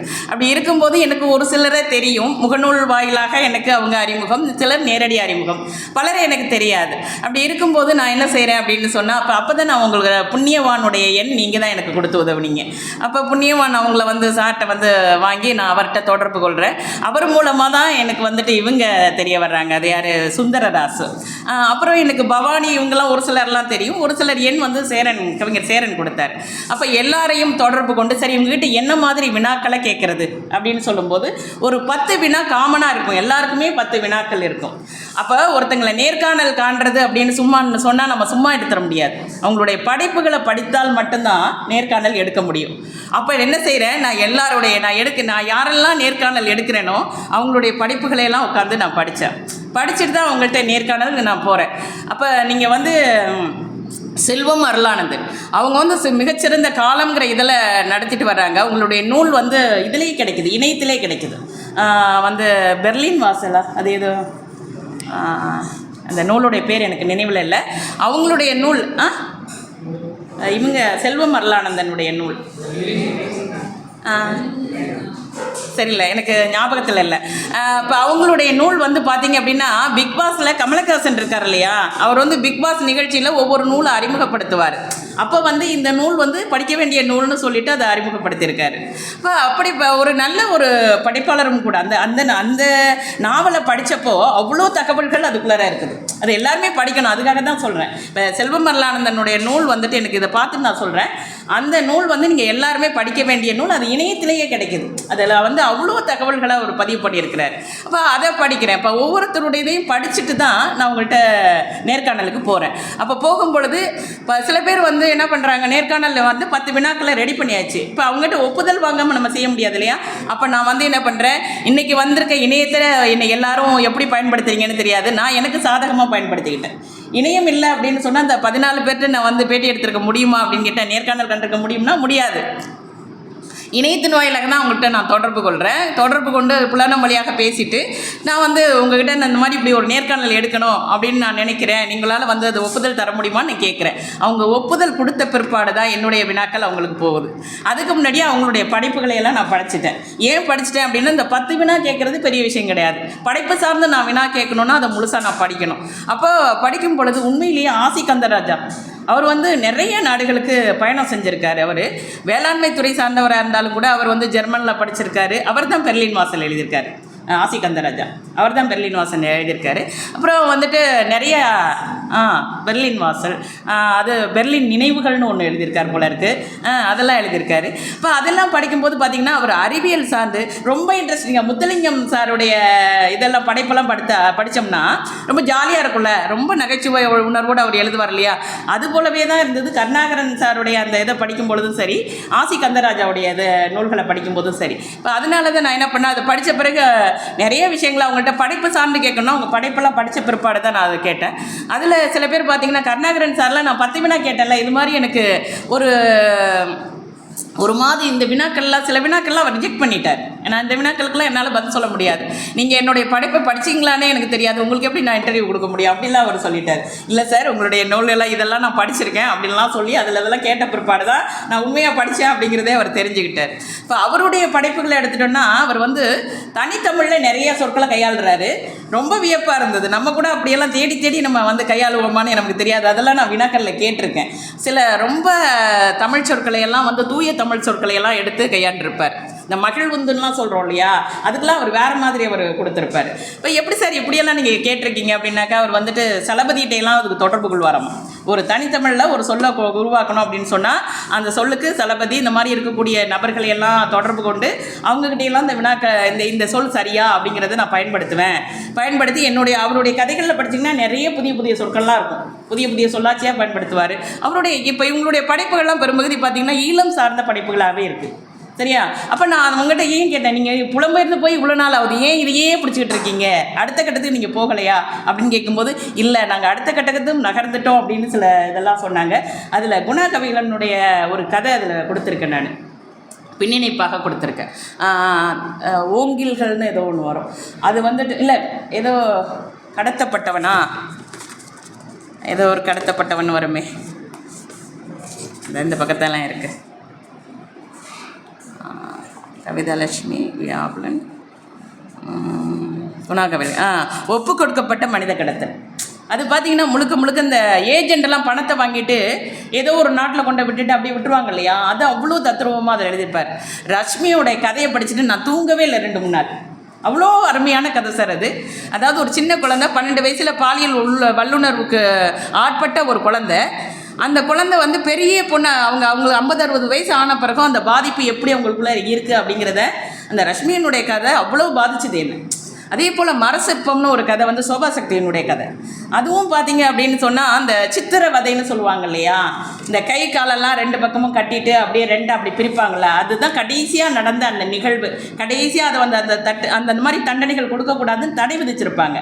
கடைசியாக ஒருத்தருக்கு அந்த தண்டனை கொடுக்கப்பட்டிருக்கும் இல்லையா, அந்த தண்டனையை பார்த்த ஒரு பெண்ணை பற்றி அந்த கதையில் எழுதியிருப்பார். ரொம்ப அருமையான கதை. அதே போல் பெண்கள்கிட்ட கேட்கப்பட்ட கேள்விகளில் வந்துட்டு அவங்களுக்கு வந்து இந்த படைப்பு சுதந்திரம்ங்கிறது எந்த அளவுக்கு இருக்குங்கிறது ரொம்ப முக்கியமான வினாவாக இருந்தது. அப்போ அதுக்கு அவங்க கொடுத்துருக்க பதில் வந்து ரொம்ப கவிதாலட்சுமியெல்லாம் கொடுத்துருந்தாங்க. நீங்கள் என்ன பெண்களுக்கு மட்டும்தான் சுதந்திரம் இல்லைன்னு நினைக்கிறீங்களா, ஆண்களுக்கும் சுதந்திரம் இல்லை தானே. இப்போ ஒரு பெண் வந்து வீட்டில் வரல அப்படின்னு சொன்னால் பெண்ணை மட்டும்தாங்க. வீட்டுக்காரர் காட்டில் வரலன்னா 5 மணிக்கு மேலே காட்டினா நானும் தானே போட போட்டு கேட்பேன். என்ன கேட்காம எங்கள் வீட்டுக்காரர் எல்லாத்துக்கும் போக முடியுமா? நீங்கள் என்ன பெண் சுதந்திரம் இல்லைன்னு கேட்குறீங்க, ஆணுக்கு மட்டும் எந்த சுதந்திரம் இருக்குது அப்படிங்கிறதெல்லாம் அவங்க ஆன்சர் அதில் பண்ணியிருப்பாங்க. இப்போ அந்த மாதிரி இந்த நிகழ்வு இந்த இது அப்படின்னு சொல்கிறது ரொம்ப முக்கியமான ஒன்று. அதே போல் இவங்க அனார் வந்துட்டு நான் சொல்லுவேன், நீ கவிதை நான் ஒரு கவிதை நான் எழுதுகிறேன் அப்படின்னு சொன்னால் நான் ஒரு காஃபி போட்டு கொடுக்குறேங்க. என் வீட்டுக்கு ஒரு விருந்தினர் வர்றாங்க, காஃபி குடிச்சிட்டு காஃபி நல்லா இருக்குன்னு தானே சொல்லணும். அவங்க டீ நல்லா இருக்குன்னு சொன்னால் எனக்கு எப்படி இருக்கும் செஞ்சு கொடுத்தவளுக்கு? அப்போ என்னுடைய படைப்பு நான் என்ன சொல்ல வர்றேனோ அது தானே அவங்க புரிஞ்சுக்கணும். அவங்க மாற்றி புரிஞ்சுக்கிட்டா அது வேறு மாதிரியெல்லாம் இருக்கும். அப்படின்னா அவங்க சொல்கிறாங்க, இல்லை நான் ஒவ்வொரு கவிதை எழுதும் போதும் என் கவிதையை யாரும் புரியலன்னு சொன்னால் எனக்கு ரொம்ப சந்தோஷமாக இருக்கும். என் கவிதைக்கு வேறு ஒரு பொருள் சொல்கிறாங்கன்னா நான் ரொம்ப சந்தோஷப்படுவேங்கிறாங்க அவங்க. ஏன்னு சொன்னால் என் கவிதையை நான் நினைக்கிறேன், நான் என்ன பொருள் எழுதுனா அவங்க புரிஞ்சுக்க வேண்டாம், அவங்க அதுக்கு வேறு ஒரு பொருளை கொடுக்கட்டும் அப்படின்னு சொல்கிறாங்க.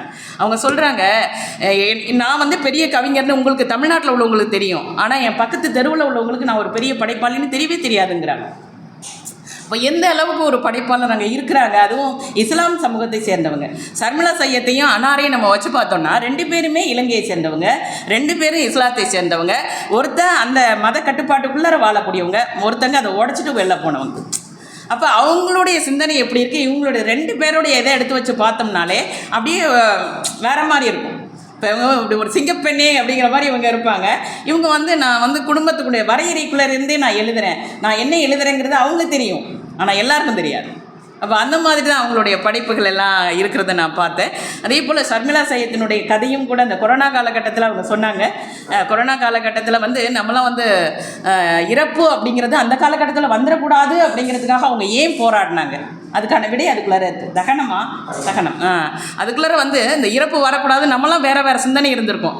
அவங்களுக்கு ஏன் அந்த சிந்தனை வந்தது, தன்னுடைய வாப்பா வந்து கொரோனா காலகட்டத்தில் இறந்துடக்கூடாது அப்படிங்கிறதுக்கு ஏன் அவங்க அவ்வளோ போராடினாங்க அப்படிங்கிறதுக்கான விடை அதில் இருக்குது.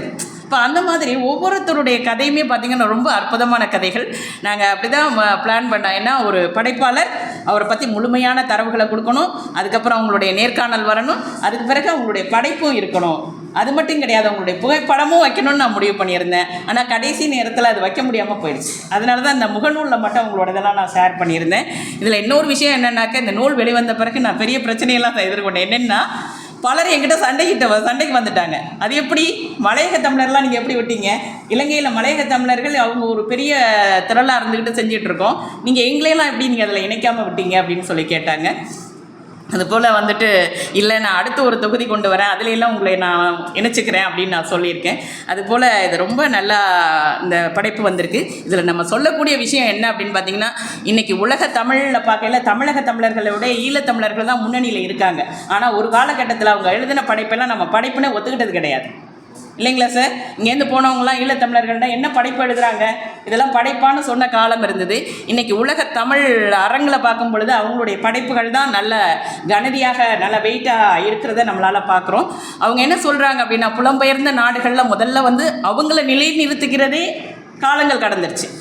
அவங்கள நிலைநிறுத்தி கொண்டு அதுக்கு பிறகு பார்த்திங்கன்னா அவங்க வாழ்கிறதுக்கான சாப்பிட்றதுக்கு சாப்பாடு கிடைச்சா போதும், அதுக்கு பிறகு அவங்க இலக்கிய அமைப்புகளை வந்து வச்சுக்கிட்டு ஒரு பக்கம் பார்த்திங்கன்னா கவிதா லட்சுமியெல்லாம் பார்த்திங்க அப்படின்னு சொன்னால் நாடகம், நடனம், படைப்பு, இது 3குள்ளரையுமே அவங்க இருக்கிறாங்க. இப்போ அவங்களுடைய வாழ்க்கையை நம்ம எடுத்து பார்க்கும்போது 11 வயதில் அவங்க தமிழ்நாட்டுக்கு வந்திருக்காங்க சார் அகதியாக. நல்ல வேளை ரிட்டன் போயிட்டாங்க, இல்லாட்டி நம்ம அடைச்சி வச்சுருப்போம். அங்கேயே இங்கே வந்து வாழ்ந்தவங்க கொஞ்ச நாளில் திரும்ப ரிட்டன் போயிட்டு அதுக்கப்புறம் தான் நார்வேக்கு போகிறாங்க.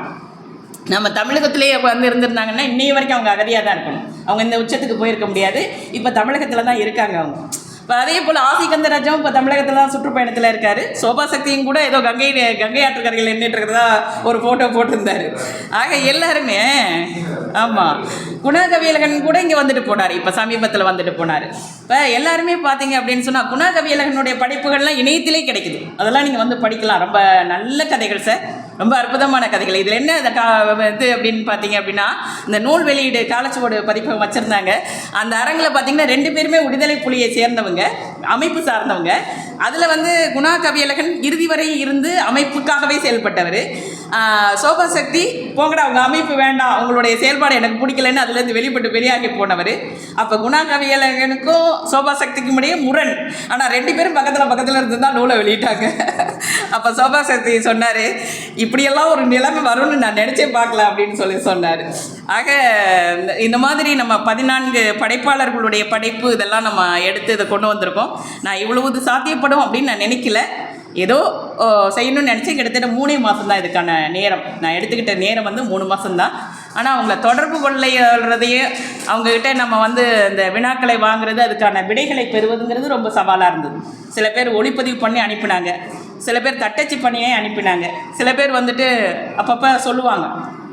அப்போ அவங்க சொல்ல எல்லாத்தையுமே நானே அதை தட்டச்சு செஞ்சு திரும்ப அவங்களுக்கு அனுப்பி நீங்கள் சொன்ன மாதிரியே இருக்கா அப்படின்னு ஒப்புதல் கேட்டுட்டு அதே போல் எடுத்துகிட்டு ஒரு வார்த்தை கூட அவங்க கொடுத்த வார்த்தையில் ஒரு வார்த்தை கூட மாற்றி போடலை. அவங்க என்ன சொன்னாங்களோ அது அப்படியே இருக்கும். அந்த மாதிரி தான் இது பண்ணினோம். இப்போ இன்றைக்கி பார்த்திங்க அப்படின்னு சொன்னால் கனடாவில் வந்து இதில் வந்து ஒரு 10 நூல்கள் கேட்டாங்க, அனுப்பி வச்சோம். அதே போல் நெதர்லாந்தில் அது 5 கேட்டாங்க, அனுப்பி வச்சோம். பத்மநாப ஐயருக்கும் ஒரு படைவிப்பு இதுலேருந்து போயிருக்கு அப்படின்னு சொல்லும்போது ரொம்ப அது மகிழ்ச்சியாக இருந்தது. எல்லாத்துக்கும் மேலாக காலச்சுவடு வந்து இதை வெளியிடுறேன் அப்படின்னு சொல்லிட்டு அவங்க வந்து இதை எடுத்துட்டாங்க. அது ரொம்பவும் மகிழ்ச்சியாக இருந்தது. அது எல்லாத்தையும் விட எனக்கு மகிழ்ச்சி திடீர்னு நீங்கள் வந்து இதை வந்துட்டு வியாழன் மட்டத்தில் வைக்கிறேன்னு சொன்னது. ஏன்னா ஏற்கனவே நான் வந்திருக்கேன் இல்லையா? அப்போ நம்ம மாணவர்கள்லாம் எப்படி இதை வந்து விமர்சன அரங்களை செய்வாங்க அப்படிங்கிறது எனக்கு நல்லாவே தெரியும். அப்படி இருக்கும் பொழுது சொல்லுவாங்க இல்லையா, இன்ற பொழுது பெரிதுவக்கும் தன் மகனை சான்றோன் என கேட்ட தாயின்னு சொல்லிட்டு, அதனால் இந்த நூலில் வந்து கொண்டு வந்த பிற்பாடு இந்த நூலை பற்றி நீங்களாம் பேசும்போது தான் உண்மையிலேயே இந்த நூலுக்கான ஒரு மரியாதை வந்ததாக நான் நினைக்கிறேன். உண்மையிலேயே இதை ஏற்பாடு செய்து கொடுத்த துறைத் தலைவர் அவர்களுக்கும் பேராசிரியர் பழனிவேல் சார் அவங்களுக்கும், இந்த உங்கள் பேர் ஒவ்வொருத்தர் பேரையும் நான் தனியாக சொல்லலைன்னா கூட உங்கள் 5 பேர் மேலேயும் எனக்கு மிகப்பெரிய ஒரு மரியாதை. நல்லா ரொம்ப அற்புதமாக உங்களுடைய கருத்துக்களை கொண்டாந்து இங்கே முன் வச்சிங்க. அதுவும் சார் 10 நிமிஷம் கொடுத்துருப்பாங்கன்னு நினைக்கிறேன் இல்லையா? நேரம் கிடச்சிருந்தா அவங்க நிறையவே பேசியிருப்பாங்க. ஒவ்வொருத்தருமே அதாவது நம்ம எவ்வளோ பேசுகிறோன்னு கிடையாது, பேச வந்த நேரத்தில் என்ன செய்ய சொல்லணும் அப்படிங்கிறது தான் இருக்குது. நிறைய பேசினதா நல்லா பேசுனதுன்னு கிடையாது, சொல்ல வேண்டிய கருத்தை சொன்னாலே போதும். அந்த வகையில் நீங்கள் சொன்ன கருத்துக்கள் எல்லாமே, நீங்கள் உள்வாங்கிட்ட கருத்துக்கள் எல்லாமே ரொம்ப நிறைவாக இருந்தது. நீங்கள் சொன்ன கருத்துக்கள் எல்லாமே மனசுக்கு இதமாகவும் இருந்தது. நிகழ்ச்சியை தொகுத்து கொண்டிருக்கக்கூடிய தம்பி அவர்களுக்கும், இந்த நிகழ்வில் கலந்துக்கிட்ட, அதாவது வருவாங்க ஏதோ கடமைக்கு உட்காந்துருப்பாங்க போவாங்கன்னு இல்லாமல் உண்மையாகவே இந்த நிகழ்வை வந்து கலந்துட்டு காதால் கேட்குறீங்க. எல்லோரும் ஒன்று நினைவு வச்சுக்கணும், எங்கே போனாலும் தமிழ் படித்தவங்கள தமிழான்னு கேட்பாங்க, சரிங்களா? தமிழா அப்படின்னு சொல்லி கேட்பாங்க. இன்றைக்கி எங்கள் கல்லூரியில் நேக்கு முடிஞ்சிருக்கு சார். இந்த நேக்கில் வந்து தமிழ் துறையினுடைய பங்களிப்புங்கிறது ரொம்ப ரொம்ப அதிகம். தமிழ் படித்தவர்கள் யாரோடையும் நம்ம சளைச்சவங்களே கிடையாது, யாருக்கும் குறைந்தவர்களே கிடையாது. அதனால நான்லாம் என்ன தெரியுமா நினைப்பேன், அவங்க தெரிஞ்சுக்கிறதோடு நான் ஒருபடி மேலே தெரிஞ்சுக்கணும்னு நினைப்பேன். நான் தமிழ் மட்டும் தெரிஞ்சக்கூடாது, பிற துறை சார்ந்தும் நிறைய தெரிஞ்சு வச்சுக்கணும்னு நினைப்பேன். ஏன்னா தமிழா அப்படின்னு கேட்டுருவாங்க, அப்படின்ற அந்த வார்த்தை மட்டும் நம்மகிட்ட வரவே கூடாது. அப்படிங்கிறதுக்காக நம்ம எல்லாத்தையும் நம்ம வந்துட்டு எப்படி இருக்கணும் கிடையாது, அதாவது இப்படித்தான் இருக்கணும் அப்படிங்கிறது கிடையாது. நம்ம வாழ்கிறோம் அப்படின்னு சொன்னால் 10ஓட 11 அத்தோட நான் ஒன்று என்றைக்குமே கிடையாது. நானா தனி தான் அப்படிங்கிற மாதிரி நாம் நினைக்கணும். அப்படின்னா அதுக்கு நம்ம கொஞ்சம் கடினமாக உழைக்கணும். எல்லாரும் உழைக்கிறதோட ஒரு படி மேலே உழைச்சோம்னா போதும், நமக்கான இடம் நமக்கு கிடைக்கும். அவ்வளோதான். இதுதான் நான் அவங்க எல்லாருக்குமே சொல்ல நினைக்கிறேன். நீங்கள் எல்லோரும் பின்னாடி வந்துட்டு இந்த மாதிரி வந்து வியாழன் மட்டம் தொடர்ந்து நடக்கிறத எங்கேயுமே பார்க்க முடியாது. வியாழன் மட்டத்தில் நீங்கள் வந்து 90 நாள் 91 நாளுங்கிறீங்க. எத்தனை பேருடைய நூலை பற்றி நீங்கள் விமர்சனம் பண்ணியிருப்பீங்க இல்லையா? நாளைக்கு நீங்களாம் கண்டிப்பாக எழுதி வச்சுங்க, நீங்களாம் ஒரு படைப்பாளராகவோ ஒரு விமர்சகராகவோ கண்டிப்பாக வர முடியும். ஏன்னா அது யாருமே வந்து அதுக்கான களத்தை கொடுக்கறது கிடையாது. இங்கே பேச்சாளர்கள் தான் எல்லாருமே. பேசுவதற்கு முன்னாடி ஒரு தயக்கம்னு இருக்கும். அந்த தயக்கத்தை உடைக்கிற இடம் எதுங்கிறது தான் இங்கே முக்கியமானது. அந்த தயக்கத்தை உடைக்கக்கூடிய இடமா இது இருக்குது. அதனால எந்த அரங்கில் கூப்பிட்டாலும் நீங்களாம் என்ன பண்ணுவீங்க, நல்லா போய் பேசுவீங்க இல்லையா சார்? அப்போ அப்படியான வாய்ப்பை நீங்கள் ஏற்படுத்தி கொடுத்துருக்கீங்க. இல்லை எத்தனை நூல்கள் இங்கே அரங்கில் வந்து நீங்கள் மதிப்பீடு செஞ்சுருப்பீங்க. அப்போ அத்தனை நூல்களையும் நாம் உட்காந்து படிக்கணும் இல்லை, நீங்கள் நான் சொல்லும்போதே இங்கே கேட்டுட்டு போனாலே போகும். ஆக ரொம்ப அழகான ஒரு வியாழன் வட்டத்தை ரொம்ப தொடர்ந்து நடத்திட்டு வரீங்க. உங்களுக்கு என்னுடைய நெஞ்சார்ந்த நன்றியை தெரிவிச்சுக்கிறேன். நன்றிங்கிறத விட வேறு எதுவும் சொல்ல முடியாது. சார் வீரமணி சார் வந்திருக்காங்க, அவங்களுக்கும் இந்த தருணத்தில் நான் வந்துட்டு என்னுடைய நன்றியை தெரிவிச்சுக்கிறேன். இவ்வளோ நேரம் இருந்து அமைதியாக கேட்டுக்கொண்டிருக்கக்கூடிய பிற்கால வருங்கால படைப்பாளர்கள், இவங்களாம் வருங்கால படைப்பாளர்களுக்கு என்னுடைய நெஞ்சார்ந்த நன்றியை தெரிவித்துக்கொண்டு விடைபெறுகிறேன். நன்றி, வணக்கம்.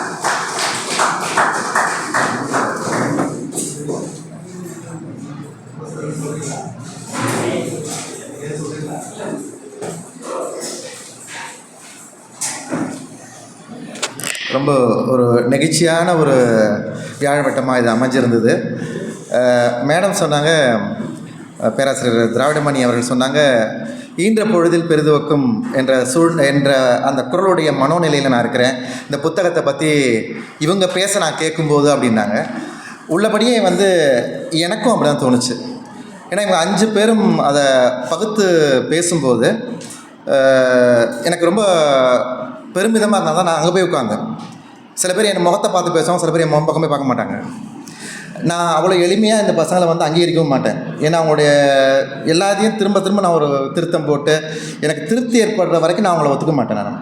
ஆனால் ரொம்ப பெருமிதமாக இருந்தது எனக்கு, ஒரு நூலை திறனாய்வு செய்யும்போது இவ்வளோ அழகாக செய்கிறாங்க அந்த பிள்ளைங்க அப்படின்னு எனக்குள்ளே ஒரு பெரிய சிலிர்ப்பு ஏற்பட்டுச்சு. உண்மையிலே அவ்வளோ அழகாக இருந்தது. அது அவங்க அணுகின விதம், அது தொட்டு காமிச்ச விதம், நேர்காணல் இன்னும் இலக்கியம்னு அங்கே தொடங்கி வச்சான் கார்த்திக். நம்ம ரொம்ப அருமையாக இருந்தது. அதில் தொடங்கி வச்சான். அப்புறம் அதை அவள் எடுத்துக்கிட்ட விஷயம், அப்புறம் நம்ம இலக்கியா அதை தென்கிழக்கு ஆசியாவுக்குள்ளே போய் நம்ம சிங்கப்பூர் மலேசியாவை எடுத்துக்கிட்டு இலங்கை எடுத்துக்கிட்டு ரொம்ப சொன்ன விதம், அதை கையெறில அது இயல்பாகவே என்னுடைய மனசுக்குள்ளே இருக்கிற அந்த இது 2ஆம் உலக போர் அந்த காட்சிகளை தொட்டு அதில் கூடுதலாக சில விஷயங்களையும் அவங்க போய் கொண்டு வந்து சொல்லி அந்த மேடத்துடைய நேர்காணல் அங்கே தொட்டு சேர்த்து கோத்து கொடுத்த விதம். அப்புறம் தம்பி இவர் மாசே என்று சொல்லப்படுகின்ற செந்தில் முருகன், அவர் ஒரு ட்ரெயின் மாதிரி போவாங்க எப்போதுமே. முழு மூச்சு அப்படியே அடிச்சுட்டு ஒரு பிரசவம் 6 பிள்ளை 7 பிள்ளைய ஒரே பிரசவத்தில் பெற்ற மாதிரி ஒரு 15 நிமிஷம் அடித்து தள்ளி போயிட்டார். நல்லா இருக்கும். ரொம்ப விஷயம் எடுத்து மொழிகிற ஆற்றலில் ரொம்ப தேர்ந்துட்டாங்க அப்படின்றத பார்க்கும்போது ரொம்ப மகிழ்ச்சியாக இருந்தது. அப்புறம் நம்ம கோபிமானுக்குன்னு சில கல்யாண குணங்கள் இருக்குது. அவருக்கு அதெல்லாம் வரும். அவர் எடுத்துக்கிட்டாலும் இது மாதிரி மனைக்கு இது எடுத்தார் மாதவபாகன், அந்த மாதிரியான ஒரு கான்ட்ரவர்ஷியான ஒரு இடத்த தொட்டு வந்து வருவார். இன்றைக்கி அந்த மாதிரி ஒரு இது சோபாசக்தியோடைய ஒரு கதையை லேசாக அதுக்குள்ளே போய் அது இப்படியான கதை அப்படின்லாம் சொல்லும்போது அவருக்கு ஒரு புலகாகிதை அடைஞ்சிட்டு வந்தாருங்க அதில். இல்லை ஆனால் ரொம்ப அருமையாக இருந்தது. அவர் சொன்ன ஒரு விஷயம் என்னை ரொம்ப நெகிழ்ச்சி அடைய வச்சிருச்சுங்க. ஹஷ்மியை பற்றி வெளியில் கூகுளில் எங்கேயுமே கிடையாது, உண்மை. ஆனால் இதை இப்படி இந்த இடத்துல மேடம் கொண்டு வந்து சேர்த்துருக்காங்கன்றதுக்கு கூகுளில் கூட கிடைக்காத விஷயமே இதுவே கிடையாது. ஆனால் கூகுளில் தேடியும் கிடைக்காத ஒரு விஷயத்த முனைவர் திராவிடமணி கொண்டு வந்து இவ்வளோ பக்கம் கொடுத்துருக்காங்க. நேர்காணல் சொன்னா பாருங்க, பிரம்மாண்டாதான் திறனாயுடைய பிரம்மாண்டாதான். ரஷ்மி தானா? ஓ, சிறப்பு. சிறப்பாக இருந்தது, ரொம்ப சிறப்பாக இருந்தது. முத்தாய்ப்பாக நம்ம கலைச்செல்வன் வந்து சொன்னார். நம்ம சில இடத்துல அதான் அவன் வந்து ரொம்ப ஒரு பெரிய அருமையான ஒரு விஷயம் சொன்னாப்புல. இது முனைவர் திராவிடமணி அவங்களுடைய புத்தகம் மட்டும் இல்லை, எல்லாருடைய சார்பாக திராவிடமணி அவர்கள் இந்த கேள்வி எழுப்பியிருக்காங்க. ஆனால் சொன்ன பதிலோ ஹஷ்மி இது ஷர்மிளா சைத் சொன்ன பதிலோ அவங்க சொன்ன பதில் இல்லை, அது சமூகத்துடைய பதில்னு சொன்னோம் தான். ஒரு இஸ்லாமிய சமூகத்தை தகனம் அந்த கதை. அது உண்மையிலே ஒரு வலி நிறைந்த ஒரு விஷயம். அதை அவங்க கேட்க அதுக்கு ஒரு பதில் சொல்ல அதை எடுத்து அவர் சொன்னார். அப்புறம் ஆனால் ரத்தத்தை பார்க்குற போது நான் பயந்தேன்னு சொல்கிறேன். அந்த கவிதை ரொம்ப என்னை உழுக்கின ஒரு கவிதை. அப்போவே அதை அவர் எடுத்து சொன்னது உண்மையிலே மிக அற்புதம், மிக அற்புதம். இதுதான் திறனாய். அதனால் இதை பார்க்கும்போது உண்மையிலே இதுதான் நம்ம பிள்ளைங்க அப்படின்னு பார்க்கும்போது பெருமிதம் அடைகிற நேரங்க.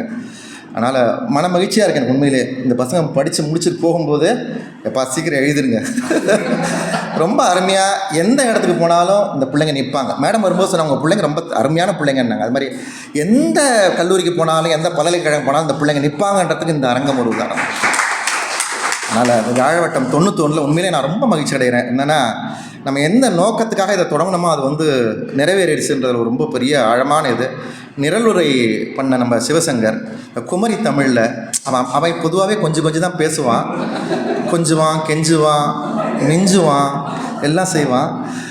இன்றைக்கி அதில் வந்து ரொம்ப இன்னொரு நளினத்தையும் கூட்டி ரொம்ப அழகாக இந்த கவிதை சிறுகதை புனைவு இலக்கிய நூலை ரொம்ப அழகாக தன்னுடைய குரலால் மொழியால் கொண்டு வந்தான். ரொம்ப அருமையாக இருந்தது.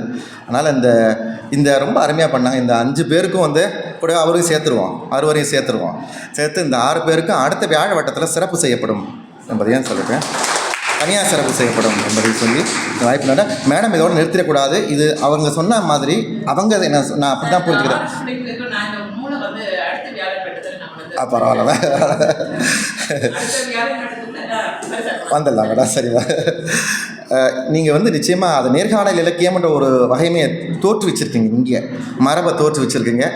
இது இப்போ தமிழகத்திற்கு அப்பால் தமிழ் கொண்டு வந்திருக்கீங்க. தமிழகம் கடந்த தமிழ்னு அடுத்த தொகுதியை கொண்டு வந்துருங்க. உங்களுக்கான நிச்சயமான படைப்பாளரை நானும் கொண்டு வந்து உங்கள்கிட்ட கொண்டாந்து கொடுப்பேன். நான் நல்ல சிறந்த படைப்பாளர் நிறைய பேர் இருக்கிறாங்க. அவங்களை கொண்டாந்து வெவ்வேறு நாடுகளில் சேர்த்துருவோம்.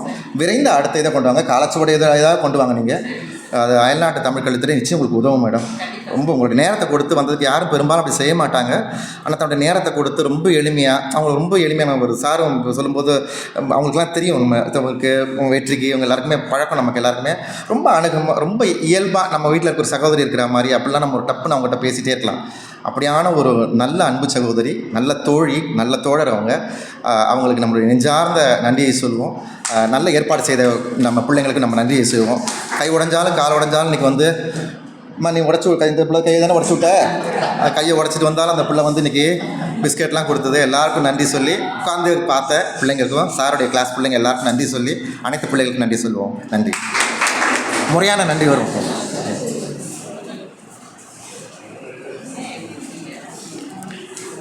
பெற்ற பிள்ளையை பிறர் பாராட்ட கேட்ட தாயின் மகிழ்ச்சியை நேர காண பெற்றோம். நாங்கள் அம்மாவுடைய மகிழ்ச்சியை நாங்கள் நேரில் காணப்பெற்றது வந்து எங்களுடைய சிறப்பாக நான் கருதுகிறோம். ஒரு நூல் எப்படி படைக்கப்பட்டுச்சு, அதற்காக நான் வந்து என்னென்ன உழைப்பு பண்ணேன், அதுக்காக முயற்சிகள் எடுத்தேன், அதில் என்னென்ன சிக்கல்கள் வந்துச்சு எல்லாமே எங்களுக்கு சொல்லி ஒரு படைப்புகளை உருவாக்குறதுக்காக எங்களுக்கு ஒரு தூண்டுதலையும் விடுத்தீங்க அம்மா. அனைவரும் சார்பாக மீண்டும் ஒரு முறை அம்மாவுக்கு நன்றியை தெரிவித்துக் கொள்கின்றேன். அம்மா, கடைநேரம் நெருங்க உள்ளம் படபடத்து பார்த்த முகங்களை மங்களமாய் நிறைவு செய்திட நிறைவு பகுதியை நோக்கி காத்திருக்கும் ஆய்வாளர் இரா தமிழ்மதி அவர்களை நன்றியுரை நல்கிட அன்போடு வரவேற்கின்றேன்.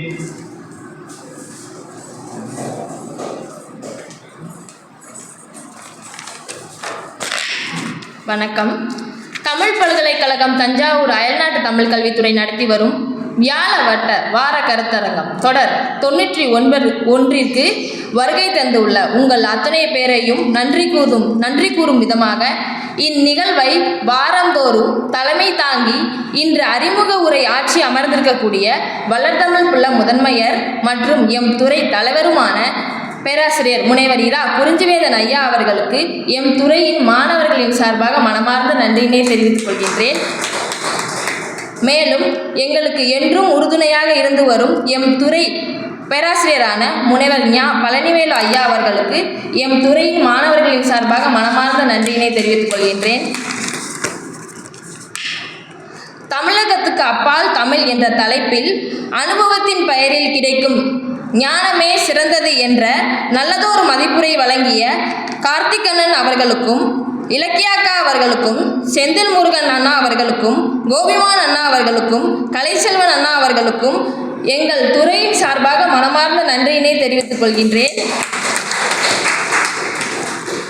மேலும் இன்றைய கதாநாயகியாக இருந்து வரும் திராவிடமணி அம்மா அவர்களுக்கும் மனமார்ந்த நன்றியினை தெரிவித்துக் கொள்கின்றேன். மேலும் எம் துறை நிகழ்விற்கு வருகை தந்துள்ள வீரமணி ஐயா அவர்களுக்கும் சங்கீதா அம்மா அவர்களுக்கும் எங்கள் அயல்நாட்டு தமிழ் கல்வித்துறையின் சார்பாக மனமார்ந்த நன்றியினை தெரிவித்துக் கொள்கின்றேன். மேலும் பல்வேறு துறையிலிருந்து வருகை தந்த முனைவர் பட்ட ஆய்வாளர்கள், முதுகலை மாணவர்கள் போன்ற அத்துணை பேருக்கும் எங்களது அயல்நாட்டு தமிழ் கல்வித்துறை சார்பாக மனமார்ந்த நன்றியினை தெரிவித்துக் கொள்கின்றோம். மீண்டும் அடுத்த வாரம் வியாழவட்டத்தில் சந்திப்போம் என மன மகிழ்ச்சியோடு தெரிவித்துக் கொண்டு விடைபெறுகின்றேன். நன்றி, வணக்கம்.